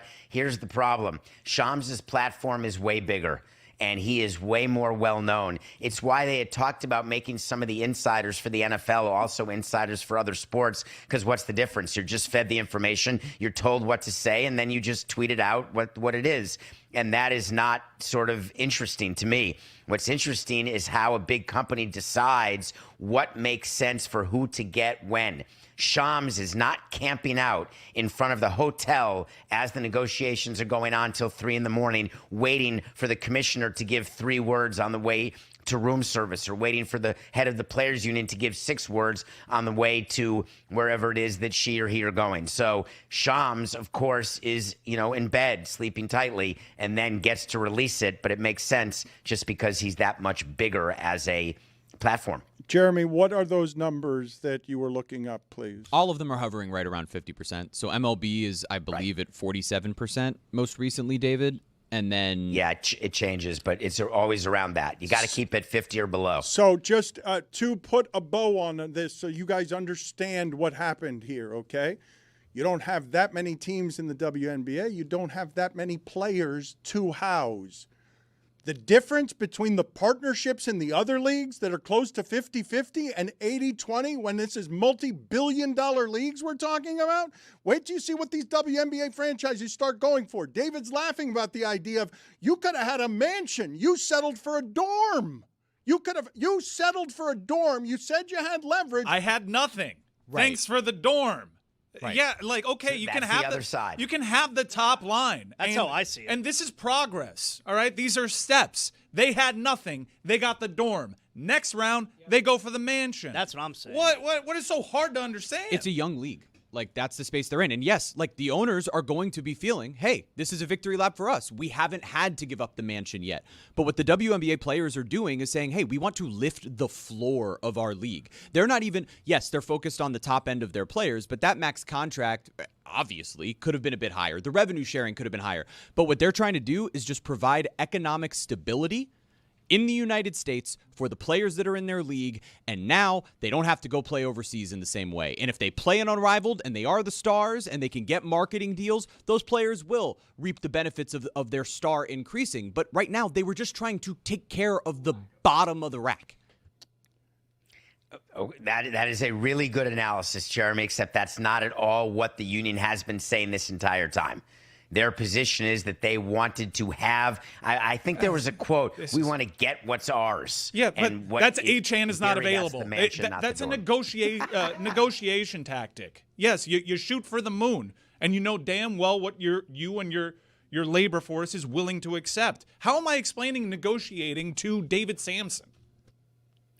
We're actually talking about the victory laps and about what the reality is of the deal. That's spin, baby. I got to explain PR to you, too? Thank you. That doesn't seem like a sincere thank you.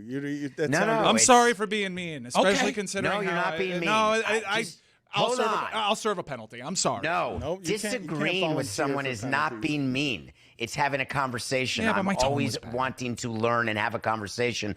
But what you're saying is that the union itself knew from the start that they wanted the dorm, and that's not accurate. Did they settle for the dorm? Yes, because that's all they were ever going to get. And the process that you're talking about, that you first need the dorm in order to get the 3-bedroom, in order to get the 6-bedroom, and then the mansion, that is bargaining. That is true. But it's not supposed to take that long in a league that has seen franchise appreciation and expansion fees excel in a way that we never could have anticipated. That was my only point. What is your issue with Zaz and all the things he has wrong about the Dolphins fire sale? Zaz, I didn't get a chance because Dan did not allow it when I was in studio, but I saw the math yesterday, and I couldn't believe the amount of dead cap money that they have. Yeah. And I wanted to explain what dead cap money is because I must have it wrong. There's a salary cap of $301 million in football. But if you have dead cap space of $175, meaning you're paying money to players not to play for you, it's my understanding that on the field will then be $126 million. Yeah. So, or 175 and 126 is 301. Is that correct? Yeah. Mm-hmm. So do you not view it, when you're looking at fire sales, are you not looking at the amount of money that's on the field, or are you looking at total money spent? I'm looking at total money spent. Like, for instance, the Marlins, and you guys did it once. Certainly Wayne Huizinga did it back after 1997. Fire sale, to me, is trying to change your finances so your payroll is lower. The Dolphins' payroll is not going to be any lower. So do you not count the $10 million that the Marlins are paying Giancarlo Stanton this year as money for the Marlins payroll? No, yeah, I do. Yeah. Wait, that's funny. Wait a minute. I'd forgotten all about that. Giancarlo Stanton is being paid by the Marlins this year? Oh, yeah. Yeah, last year, this year, next year, $10 million a year. But it's still it's still a very low payroll that the Marlins have. But yeah, we can include that. So then why can't you go back and include in 06 the money that we had to pay the Mets to pay Carlos Delgado? I just want consistency is all I'm saying. Yeah, but the Dolphins have to eat it this year on that, but they're creating more space in the future. Like in the next couple years, they're hurting themselves this year. They had to all the Tua stuff, they They're a bunch of dead money, but it makes their next couple years better. Well, I guess it all depends. You say that, but then you have to get the players and you have to do the signings. And all baseball teams that are rebuilding or bringing their payroll down in order to bring it up when they think it's the right time, that's just what sports is in pretty much every market but L.A., with the Dodgers, where it doesn't matter. You're always going to be at an up. Even the Braves had that in the 90s and then a little down and then up. That's the life. That's the cycle. I just wanted Zaz to acknowledge that the Dolphins cycle, it is the same. It looks the same, feels the same, smells the same as what you call a fire sale. And for me, I don't refer to any of these things as fire sales. Dan, was that our face over a penis in that Drewski video? The freaky chocolate downstairs. I've never seen Chef so shiny. See, I come from a different generation. I know about Chef Boyardee and Chef Al Green and shit. I don't know nothing about no freaky chefs. Who the is these freaky Jamaican Ninja Turtles? I think it was. What's the movie you're reviewing for us this week, David? This hurts me. But I watched Adnan's #1 movie of the year. No Oscar nominations, nothing like that. But in his top 10, he had Mr. Scorsese. I can't. First of all, you bleeped out the wrong stuff, or at least not enough of the stuff. There wasn't anyway, that was outstanding. For the audio audience, it's just porn. So, Mr. Scorsese seems like she's going to eat it and then swallow it. I would assume we can ask people in the business, but I assume that's not how it works. There is no eating and swallowing. It is eating and spitting up, I assume. So, Mr. Scorsese, 5-part documentary, Apple TV. Adnan, I was wrong. It was a documentary that I wish had lasted 10 parts. I learned about his life and what went on with his movies and how he made them in a way that I never did. The way that he narrated each of the 5 parts. And I believe the director is Daniel Day-Lewis's wife, Rebecca Miller, the daughter of playwright Arthur Miller. Don't have that confirmed, but you can check it, Coca. And I thought it was the best documentary I had seen all year. And I had just reviewed the Oscar documentaries. So Adnan, thank you for making me watch it. Do I think that your top 10 lists are still ridiculous because they're all Scorsese-based no matter what, and therefore you lose credibility? I do. But in this case, Mr. Scorsese on Apple TV is a must-watch for everybody. He is David Samson. His podcast is Nothing Personal, and as I mentioned, it is excellent. If you want to challenge me or recommend to me or anyone else someone who you think is doing what David Samson is doing on the sports landscape, I'm willing to listen and I'm willing to entertain nominees, but I have not seen what David is doing with the kind of legal and business expertise that he's doing it with from anybody in sports media. Thank you, David. Appreciate the time. Thank you. I cannot believe that I have not gotten to this story of what it is that happened to me yesterday. I think you guys are going to be both amused and appalled, and I think you guys should help me, tell me how I should feel about what I'm about to say, okay? This is how I spent my day yesterday, sort of realizing over the last couple of weeks, like you're watching Usual Suspects and Kaiser Soze, and everything comes together at the end where you're like, oh, that's why that was happening. So for a few years, my wife and I have been working on building a house, trying to get a house built, and we've been using it as an Airbnb in the interim, okay? And we're in and out of using the house, and others are using the house. And a couple of times after someone hasn't stayed there, I've been like, oh, some things have been moved. I don't understand why that's over there. Who did that? I'll call somebody. Did somebody do this? Don't understand it. Got some mail one day and am looking through the mail, and there are a couple of things in there that are the correct address but are not my name. And I'm like, what is that? What is this? This isn't here. I throw it out. Yesterday, Elise calls me, my assistant, and says, do you guys know why the room upstairs is locked? You have a squatter? And we're like, the room upstairs is locked. Why would it be locked? Is there someone in there? And she's like, no, there's not anyone in there. But what do you mean it's locked? So it's locked from the inside, but there's no one in there? Yeah, there's no one in there. And it's also a room, by the way, that is totally empty. Like, it's a room that has no furniture in it, and it's locked, so we don't know. So we go to start figuring it out and trying to figure it out, and we open the door and break in. There's a bed and a television hung in there that's not ours.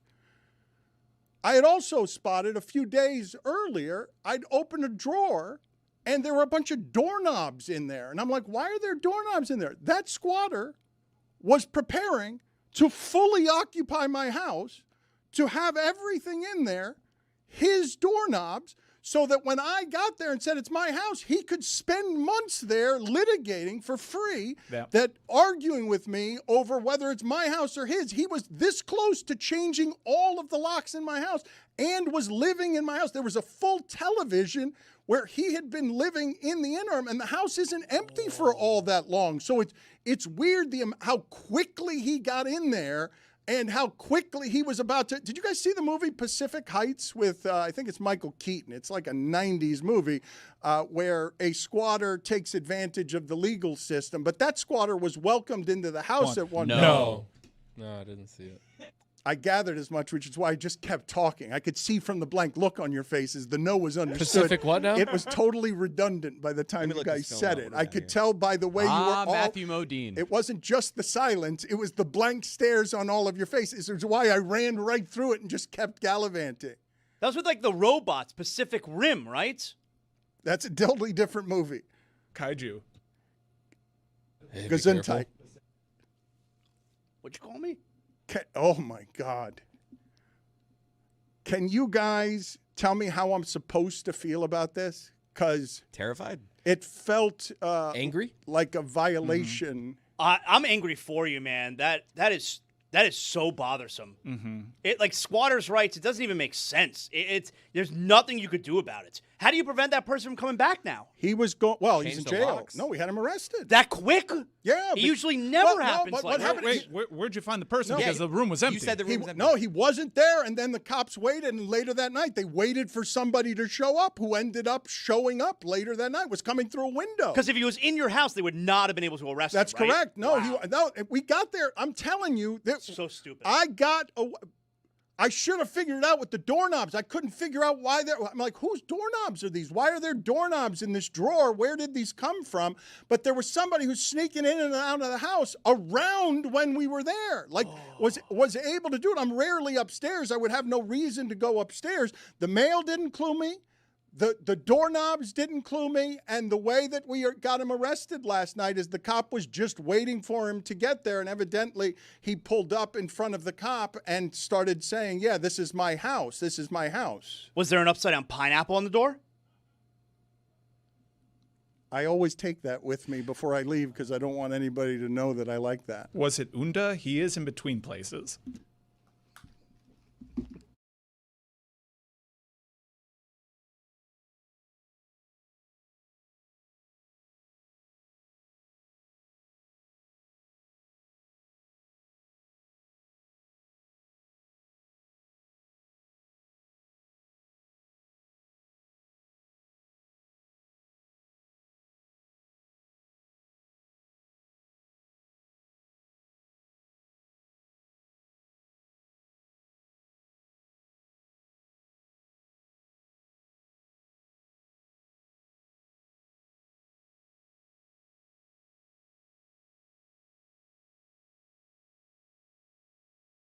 Hockey segment. Mike Ryan has landed in Vegas. God knows what time it is right there. God knows if he slept at all and what kind of intoxicants he's on. But let's just play sound from Mike Ryan. He's not chasing the Jokic brothers in Denver. That's a mean. But let's play the sound before we introduce Mike Ryan and his nice hat. I'm actually hearing, we're about to play this sound here. I'm actually hearing Mike Ryan is hopping in the Zoom. But let's play this video first to set it up. All right, is the video ready? Because a lot is happening around here this week. It's crazy. This is a careening clown car that is going to pinball.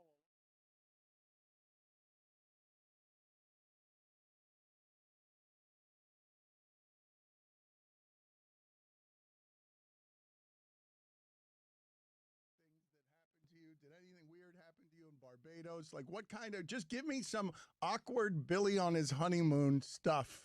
Is there anything that... The non-awkward would be a much shorter story. Yeah, I wonder how this is going to go. What's the best you got from your honeymoon? And then we'll move on to other things like Antonio trying to steal your job. I've had a lot of awkwardness, in my entire life, I guess. But recently I've had a bunch of awkwardness. So I'd say from the honeymoon, I think the most memorable thing that we did was, so in Barbados, they have an annual carnival, right? Or carnival or whatever, right? It's called Crop Over. And it's at the end. Well, it's actually called Kadooment, but that's a different story. All right, go sit outside for a second. We'll get back to it. Whoa! Antonio, just go sit in his chair. We'll get back to it. I'm back, baby. I want to hear the whole story. I just don't understand why you can't even get the name right of Carnival. And it's Crop Over. That's fine. Why is it called a honeymoon? It's a good question.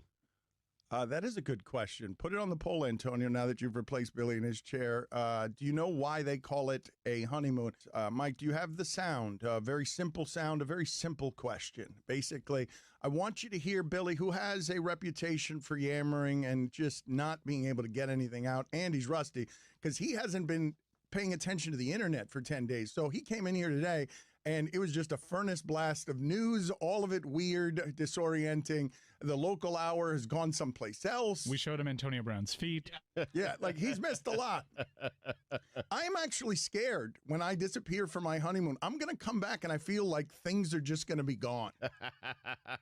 There's the possibility the shipping container room just floated off into the Atlantic Ocean.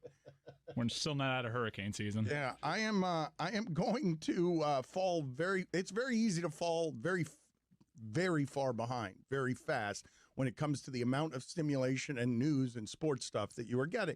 Billy was off the grid. He comes back. Everything's changed except his inability to say anything quickly. So he's white now. Everything is different.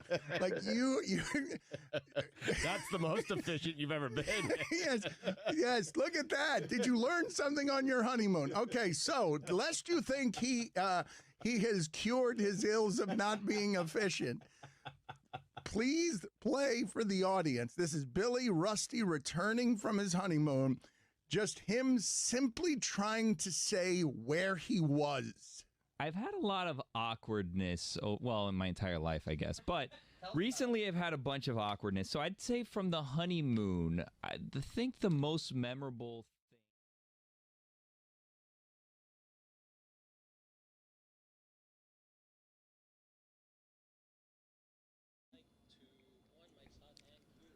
Look at this, the rarest of things. A media person who everyone likes. John Fanta, one of the most recognizable voices in college basketball, play-by-play broadcaster and reporter for NBC Sports, here to get us smarter on the tournament.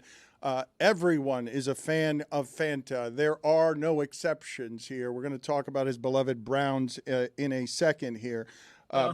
But I'm sorry to do You've that. already lost him. Yeah, look at him. Look at how you killed John Fanta's passion. What happened? On Christmas morning? You mentioned the Browns and you lost him. How did you do that? Oh, don't even get me started, guys. A meteorite hit Cleveland earlier this week, and I thought to myself, is this the sign that we have finally found a quarterback? I am 30 and have yet to find one, yet to host a playoff game, and think again. Think again. What did you just yell in the other room, Chris? Were you just surprised he's 30? Is that what just happened? No, I meant in the other way. Can't believe he's 30. It was a good job. Yeah, we love doing that to him. I saw his face. I couldn't not see his face. Excuse the double negative and the negativity in general. I thought he was 24. Thank you. Thank you. I'll take that as a compliment. I appreciate that. An excellent. That was to Dan I was flicking off, John. Why are you giving him that signal? You shouldn't do that on television. You're a professional broadcaster. Look at Tony in the back eating pretzel nuggets. These are for you, by the way. Laughing at you. John, I think everybody just wants your sleeper picks, that they don't want anything from you other than give us the good stuff right now. Right. So where are you going when people ask you that, and are you annoyed by people asking you that? No, not annoyed at all. It's the madness. It's that time of year. I'm going to start right now and tell you, if I'm you guys and I'm making these different picks and selections, I don't know how you could watch Miami University last night and think that they're just done. I think they're going to beat Tennessee. I really do. I think that this team could win multiple games in this tournament because they share the rock. They've got a great idea of who they are, and that starts with Brant Byers and Peter Suter. And Elmer last night was phenomenal. So I don't think the Redhawks are done. I think they beat Tennessee. I've got USF over Louisville today. I think the Bulls are really, really talented. Wes Enos and Isaiah Nelson are two guards who get after it on both ends. Brian Hodgson is a coaching star, and USF can pull that off over Louisville without Mikal Brown. North Carolina without Caleb Wilson, give me VCU. Give me the Atlantic 10 tournament champion VCU Rams. They got a guard named Jadrian Tracy, who I think can be an electric factory. They're balanced. They defend well enough that says Carolina's got to have transition to win. When they're stuck in the half court, their talent doesn't show, guys. Because I'll be honest with you, they don't run a lot of offense. Carolina just doesn't run a lot of offense. So I like VCU in that game, and I like Santa Clara to beat Kentucky. I think that Kentucky has been so up and down. Santa Clara's got a top 25 offense in the sport. So I've got the Broncos. I have some blue bloods falling in this first round.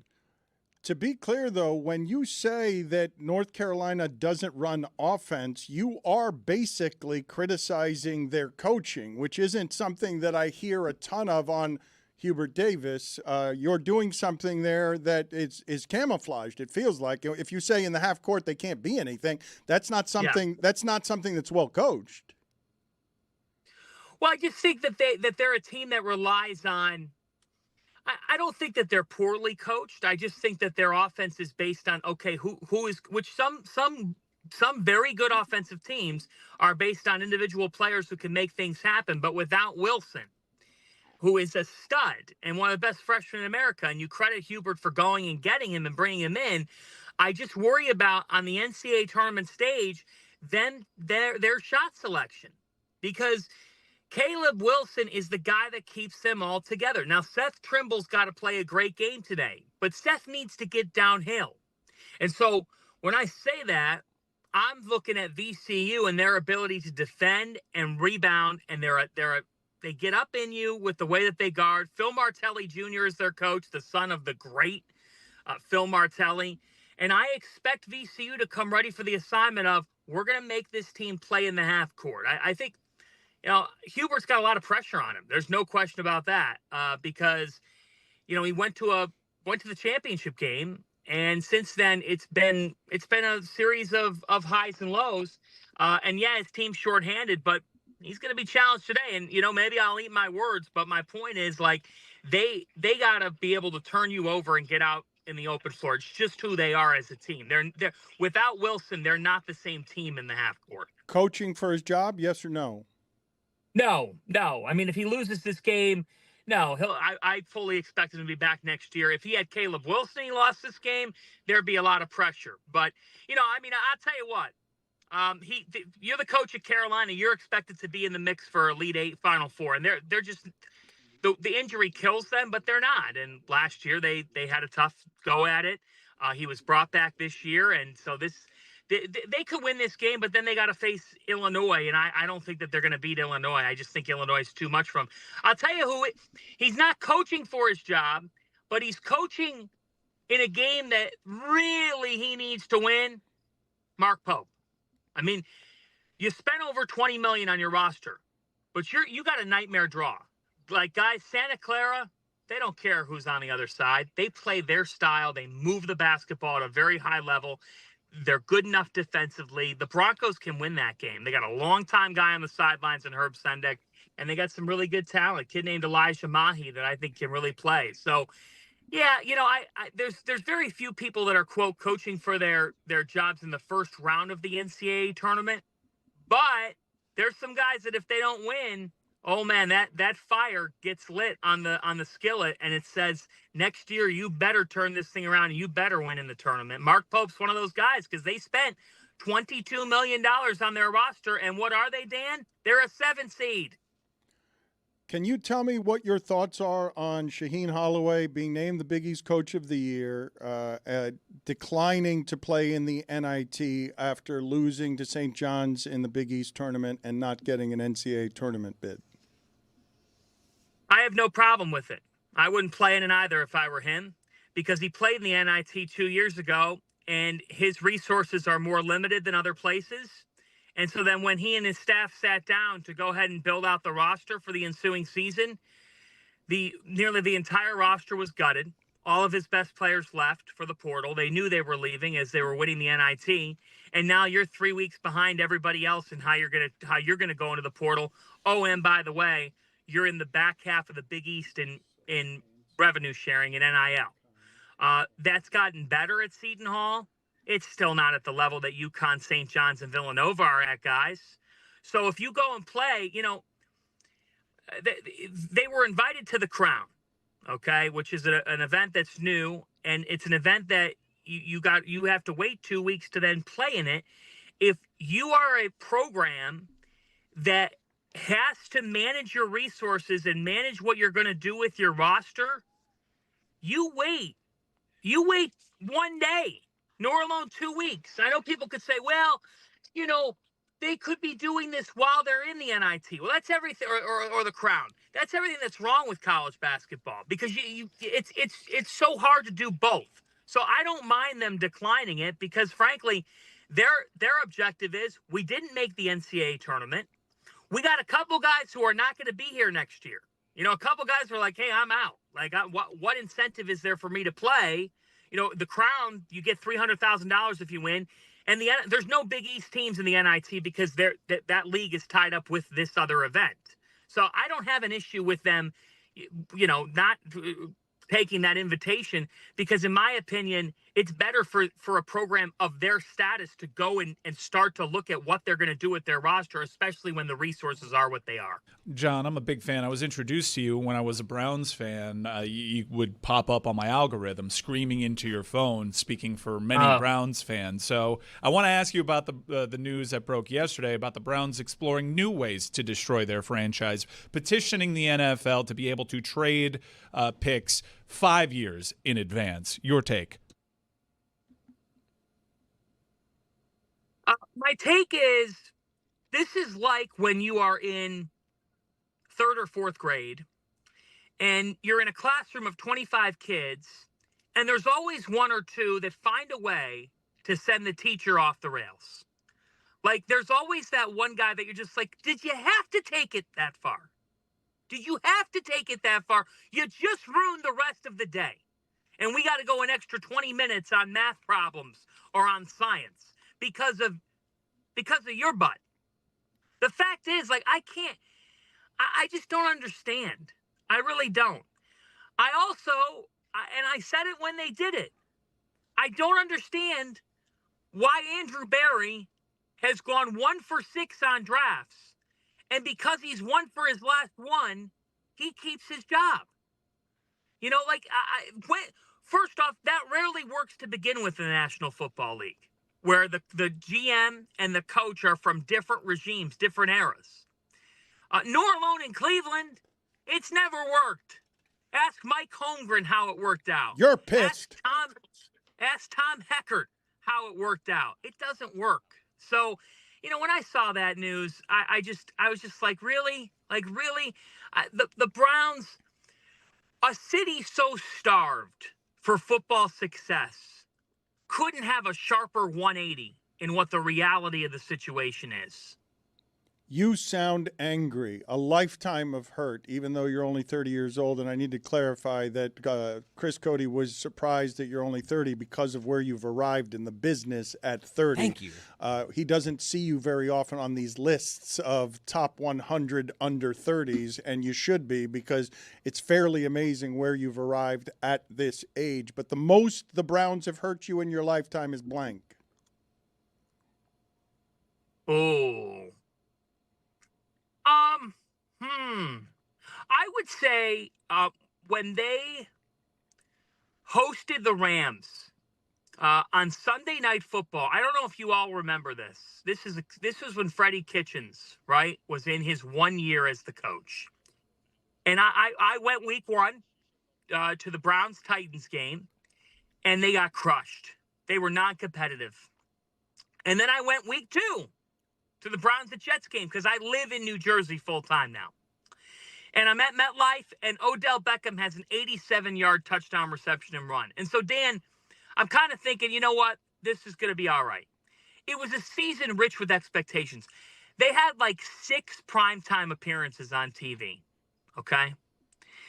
So the next week, they're taking on the Rams on Sunday Night Football. And I think they forced 3 or 4 turnovers off of Jared Goff and the Rams. And, Al Michaels and Chris Collinsworth are calling the game. It's their first trip to Cleveland in over a decade. So I was excited and whatnot. They had a 4th down and 9. Real Browns fans can remember this. They had a 4th down and 9, and Kitchens called a draw play. Mike says it's 4th and 12. It was a 4th down draw. But Brown fans know where they were. As soon as he said the Rams, I knew exactly where he was going. Dan, it could have been 4th and 1. They didn't gain anything. It could have been 4th and 55. He thought it was 3rd down and 3. And he ran a draw play. And I remember sitting there and watching this and thinking to myself, I need help. This is a situation where I need to check in somewhere, because I've been watching this for, at this point, 25 years. And I actually thought that this was going to be the time that things were going to change.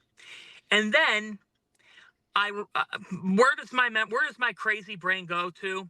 My crazy brain goes to Bill Belichick getting the job at North Carolina and finding out that he hired Freddie Kitchens, and thinking to myself, well, this will be a dumpster fire. And it in fact was. So that was the worst thing, because I thought that with Baker, I thought that with Chubb, Garrett, all these pieces were going to emerge. The night I had the most fun, like I drank a whole bottle of Fireball the night they beat the Steelers in the wild card COVID game. That's aggressive. Because it was just like watching Roethlisberger on the bench crying. Was just, it was just an amazing experience as a Browns fan. Yeah. But my God, what they proceeded to do was just hard to fathom. It was hard to fathom. The Freddie Kitchens thing, the draw on the 4th down. Yeah, my daughter was born like hours later. She was a week early, and I'm convinced it's just because she wanted to be born to yell at Freddie Kitchens. Yeah, I mean, yes, and that's the life of a Cleveland sports fan. My son was born about 8 hours after the Cavs. Remember the Cavs-Pacers playoff game this past year where the Cavs were up by like 9 with like a minute and a half to go, and they lost the game because Halliburton said, like, that was when Halliburton really. That's why he ran into the paint and then ran back and then hit the 3 from the top of the key. Was that the game that Max Strus sent the group chat a message and then went 0 for 9? Yeah, it was really, just like that's the type of stuff that you just love. I mean, I could go through the years of the Pat Shurmur era in Cleveland was dark. I mean, holy smokes, some of the offense being run with Chancey Stuckey and the Wildcat. Like, please spare me. I mean, I'll never forget when LeBron, this is 07, no, not 07, I know, 09, and the Cavs are facing the Magic in the playoffs. And the Magic, Rashard Lewis could not miss a shot in that series. Him and Hito Turkoglu. And Lewis hits a huge 3. And my dad is in the living room, and he starts walking up the stairs. And I said, Dad, there's 1.1 to go. And then LeBron hits a game winner, and he comes running down the stairs, almost breaks his leg, and is going crazy. But my point is, like, my dad was walking up the stairs because that is, up until 2016, that was really the life of a Cleveland sports fan. And in football and baseball, I mean, in baseball, we've been the 16 World Series, it hit me like a ton of bricks. They were up 3-1. They should have won that series, and they didn't. You can't drink a whole bottle of cinnamon whiskey. Like, you just can't. It's tough. You can't do that. Whiskey is lifting a lot here. Speak for yourself. But no, you can't drink a bottle of Fireball. Like, that's not. Ain't whiskey. What was the next day like? Phenomenal. It was a victory Monday. Yeah. I mean, it was glorious. I had Taylor ham. I had a nice breakfast sandwich in New Jersey. And we got rolling with the day. Like, I was listening to the local Cleveland sports talk that you guys have probably poked some fun at. No. And Tony Rizzo was in Cleveland ringing his cowbell, and people were dancing to McFadden and Whitehead. Ain't no stopping us now. And I thought we were going to go in the Super Bowl. True or false, Myles Garrett will not be a Cleveland Brown in 3 years. That's probably true. Yeah, true on that. I just don't and that's the cynic in me because you just feel like he's going to try to end it somewhere else, and he's going to want to win a Lombardi Trophy, Dan. I don't know why he wouldn't want to do that, but it's a really weird dynamic. Like, he's an amazing player. He's going to go into the Pro Football Hall of Fame, but when this franchise, they lack great leadership quality. It's just part of one of their issues, and it starts at the top. So I'm not putting that on Myles, but if I'm Myles, I'm trying to pursue a Lombardi Trophy, and I don't think it's going to happen in Cleveland. Your Final Four, real quick. I've got 2 things I want to end with. Your Final Four, just give me the 4 teams you've got. Duke, Houston, Arkansas, Michigan. I have in front of me our Looks Like tournament. It is a tournament where we ask our listeners to basically write what some people in sports look like just based on their appearances. I have 4 teams for you in our tournament. I'm going to give you all 4. You tell me how you feel about how we've seeded them here. Number 5, St. John's, is represented by Scott Hansen. Looks like an orthodontist. They're playing against number 12, Northern Iowa. Northern Iowa is represented by Mina Kimes. Looks like the innocent bystander who sees the villain behind the superhero and shouts, "Look out!" Clemson is an 8 seed. Clemson is represented by Rex Ryan. Looks like the father-in-law who, when finding out your wife is pregnant, awkwardly high-fives you and says, "Glad to hear your old equipment still works." Now that's a 1 seed, so it's gonna be hard. Whatever the next one is doesn't really matter. But go ahead. That is the best thing I've heard in a long time. Number 9, Iowa is represented by Mike McDaniel. Looks like the barista who asks if you've ever tried journaling while making your oat milk latte. Hanson's perfect because it's New York to me, and I get it. I like it. Mina Kimes was such a loaded explanation, but I can understand. To me, was the Rex Ryan a father-in-law? Yes, father-in-law who, when finding out your wife is pregnant, awkwardly high-fives you and says, "Glad to hear your old equipment still works." It's perfect because it's an 8-9 game. And that, to me, is what that situation is. The father-in-law's high-fiving you, so it's supposed to be a positive moment between you two, but then he gives that backhanded compliment at the end, and you're an 8-9 game. So even if you've won in that immediate moment, you're about to get your ass kicked. Let me give you a couple of more here. Number 7, Kentucky, is represented by Fernando Mendoza. Okay. Looks like he makes his animal crackers fight each other before he eats them. We took him out. Could happen. It could happen. It could actually happen. It could, and that fits the bill. Okay, keep going. This is going to, I think you're going to feel this is ranked too low. Number 10, Santa Clara, is represented by Adam Silver. Looks like a dandelion with all the seeds blown off.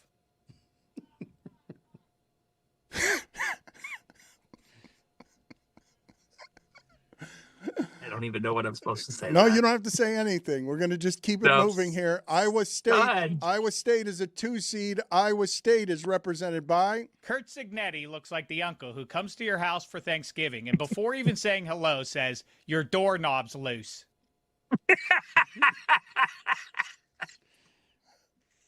Every time I see that, I just think of the Grinch. I don't know. It looks like a character from Whoville. It just does. It's so Jim Carrey-esque. It's perfect. Yes. Again, what is going? Do you think that he practices that in the off season? Do you think? Looking unhappy? I think he does. I think he's worked all his life at looking unhappy, and then he's succeeded. Instead of the gym, he's just in a mirror. Yeah, he's mastered it. Yes. No, he goes to the gym, looks in the mirror, and gives off unhappy. Does reps of unhappy. Do you think? Because right now he's the hero, right? I don't know how people on your show think. He's the, hey, this is so cool. They did this. He took a program that's not a blue blood. Do you think that he will? Sorry to get away from the bragging game. Do you think that he will forever be the feel good, or that he's going to become a villain? We hate him. He's already a villain. He's driving the pace car at Indy, and I'm like, I hate you. One of the great Well, I'm glad that struck a chord. underdog stories in the history of sports, and you guys hate him. I wanted to ask you, based on what you were saying earlier about resources, who did the most with the least this year? Ooh, that's a very good question. Well, you'd have to look at a school like Miami, for sure.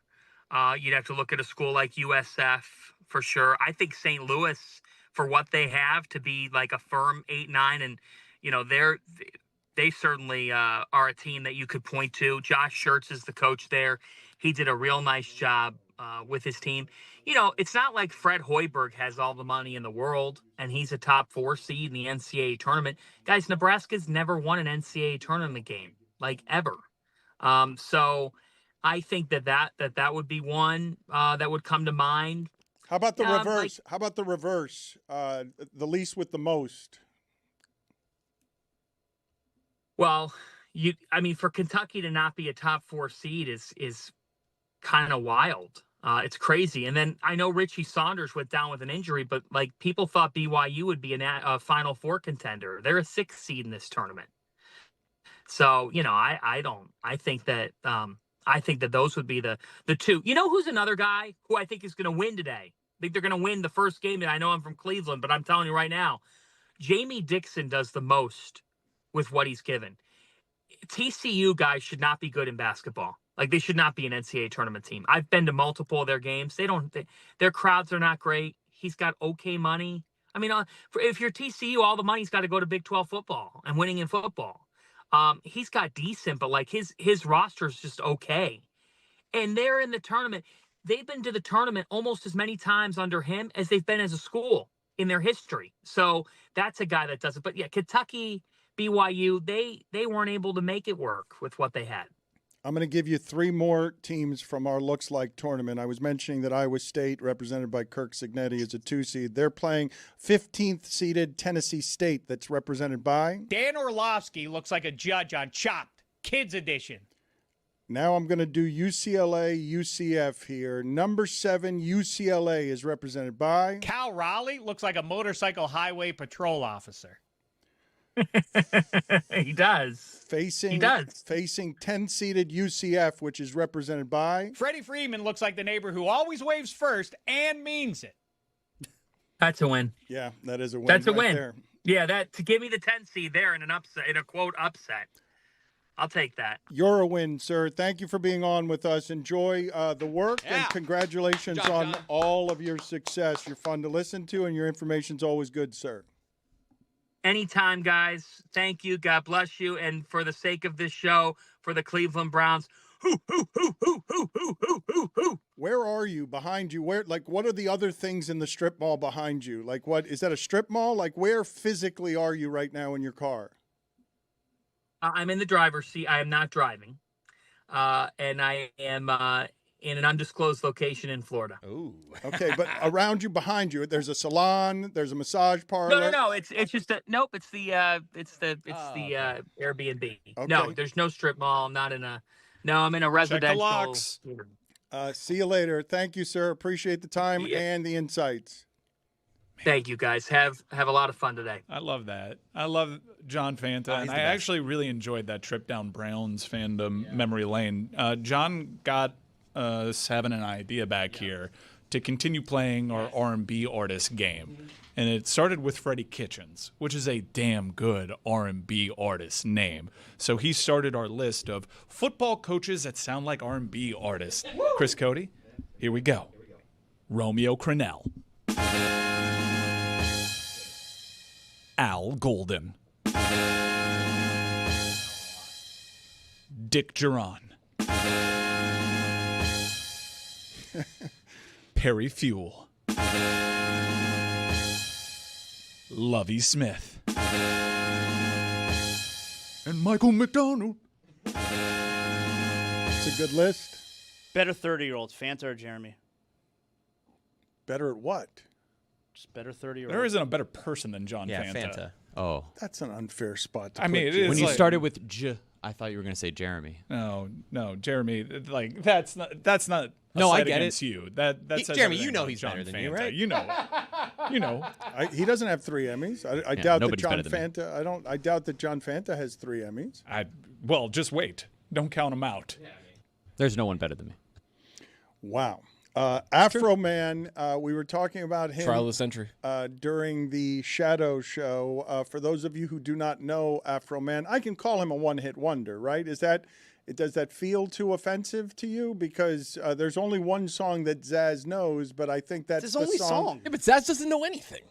Okay, so it's wrong to call him a one-hit wonder? Absolutely. He's got 2 great hits, and then he also has a bunch of different songs that came out with that were parody songs of other famous songs throughout the years. Put it on the poll. And they were excellent. At Le Batard Show, is Afroman a one-hit wonder? But you're calling this a trial of a century, and Yes, I it think is. somebody involved in a trial of the century has to be slightly more famous than this. More famous than Afroman? Yeah. Who in middle school didn't hear Colt 45 and 2 Zigzags, baby, that's all you need?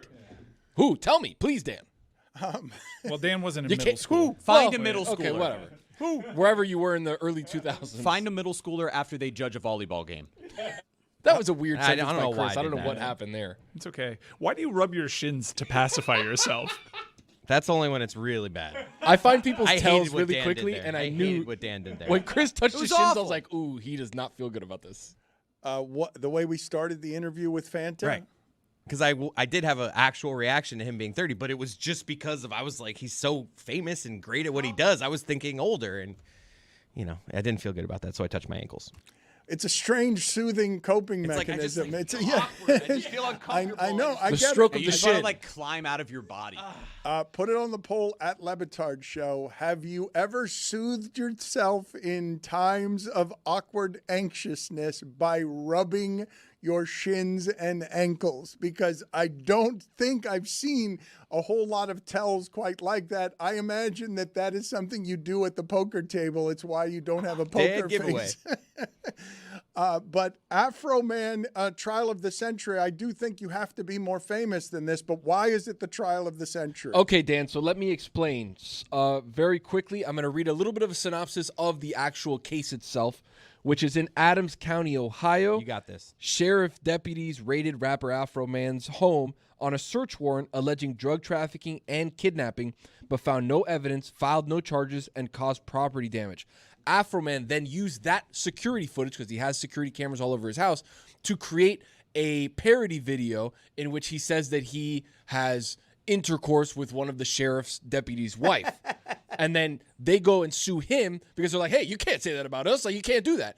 And then he won basically on the Free Speech 2 Live crew thing of like, hey, it's music. Like, I have my free speech. I can say whatever I want. And also, I didn't cause any bodily harm or property damage like you guys did to me. So this is him walking into court. And Dan, you can't tell me that this guy right here does not scream trial of the century in a full mink white coat. And then a USA tuxedo, because he means business, Dan. Look at that. Is that a tuxedo? That looks like might be just a suit. a suit. It It might just be a looks sports like coat. an American flag. But he's got onesie. But then he's also got the tie too. And just so you can get a sense for how right he was, this is him explaining his side of his defense. What they did, searching your house, gave you the right to do everything you've Under done. the circumstance that I got freedom of speech, after they run around my house with guns and kick down my door, I got the right to kick a can in my backyard, use my freedom of speech, turn my bad times into a good time. Yes, I do. And I think I'm a sport for doing so, because I don't go to their house, kick down their doors, flip them off on their surveillance cameras, then try to play the victim and sue them. I mean, Dan, trial of the century. He didn't even need a lawyer. Just came in and says First Amendment right. And I banged his wife possibly. And the guy who said he had to take the stand, and the judge and the attorney asked him, "Did Afroman bang your wife?" And he's like, "I don't know." He probably didn't say bang your wife, but I'm trying to lighten it up for the families. What an embarrassing question to be asked. In Can you front of other imagine? People. Did Afroman make you a cuck? Let's listen here and watch Afroman celebrating his giant victory in the trial of the century. Yeah, we did it, America. Yeah, we did it. Freedom of speech. Right on, right on. Yeah, God bless America. Yeah, power to the people. So there's been a lot of talk about AI slop and videos going around, and yesterday Jess was talking about did the guy's pants fall? Is it even a real video? If you would have told me this was AI, I would have been like, yeah, you know what? It is. It absolutely is. Because where is Afroman coming in with a white mink coat with a USA suit around NPCs behind him screaming, yeah, America, power to the people? Do you know that his Twitter account bio has him as a 2024 presidential candidate? I didn't know. He did. He had a short run. Put it on the poll, please, at Le Batard Show. Was Afroman in the trial of the century? And also put it on the poll, did you know that Two Live Crew went all the way to the Supreme Court to win a free speech case? I'm curious how much of the younger audience actually knows that. You mentioned AI slop. I read that Val Kilmer, with his family and his family's estate's approval, Val Kilmer, we lost him to cancer, and the movie is called As Deep as the Grave. They are resurrecting posthumously Val Kilmer and going to make a movie that he wanted made, was trying to make, but was too sick to make. And I'm wondering, as we head down this path, as soon as AI figures out how to make people care about a movie star, the movie star will be entirely replaced. To this minute, the movie star is worth less than the movie star has been worth, but still has a relevance. There are a number of people that will still get you to watch a movie just because they're the one making it. But we're not far off from AI being able to figure out how to make fake personalities that people actually care about. I hear this argument all the time, and people are essentially forecasting this for the movie industry. Let me ask you this question. Do you think sports fans ever want to hear AI talk sports? I think we're in an industry that's pretty safe. Yeah, agreed. I genuinely do. You can have the greatest AI personality, but ultimately sports fans want to commiserate with another human being because of what it makes us feel. And if you have an entity that itself can't really feel, or at least you can't trust the way that it feels, you're not going to connect with that person. And while I do think that there will be AI movies, and I'm not even saying they're going to be bad, I think they'll be considered like animated movies. It's always going to be a gimmick to real-life human beings. I feel some kind of way about it, but if it's his dying wish to have artificial intelligence make this movie and his family's on board, I understand it. Let's give it a whirl. But I never anticipate humans messing with this on a total, complete level. Understand what you're saying there. However, in this particular case, they're resurrecting the dead. This is not, it's not a person, but it's not the first time that's happened. But it's not a person that's going to be starring in your movie, but they're going to recreate a person that you have feelings about that is someone who might have gotten you to a movie once upon a time, and you're largely not going to be able to tell the difference. There are many people who will watch it who will not know that that person is dead. There are many people who will watch it who will not know that the person that's acting for them is not a real person. I agree with Mike on everything he said. Sports-related content with AI just may not hit the same. Can AI do this? At a position, by the way, where they eat you up and where they swallow you up, and you know what? That I even tried to say that. All right, but in a position. Hey, yo. You haven't said much since then. I couldn't do it. Play it again. What were we talking about? That's a good call. At a position, by the way, where they eat you up and where they swallow you up, and you know what? That I even tried to say that. All right, but in a position. Hey, yo. He's trying to pull the extension cord of the parachute. I couldn't even help that. Jeremy really liked that. Oh my God, Jeremy, it felt good. Jeremy enjoying somebody else drowning. At a position, by the way, where they eat you up and where they swallow you up, and you know what? That I even tried to say that. All right, but in a position. Hey, yo. Pair the Jeremy laugh with the David Samson laugh. Have them both go back and forth here. I think I like that one so much just because you guys jump on me for saying W wrong. So when it's that bad, it was a bad You moment. said dumb. You said W when we were talking about the women in the WNBA getting their asses how'd you just kicked say? in negotiations.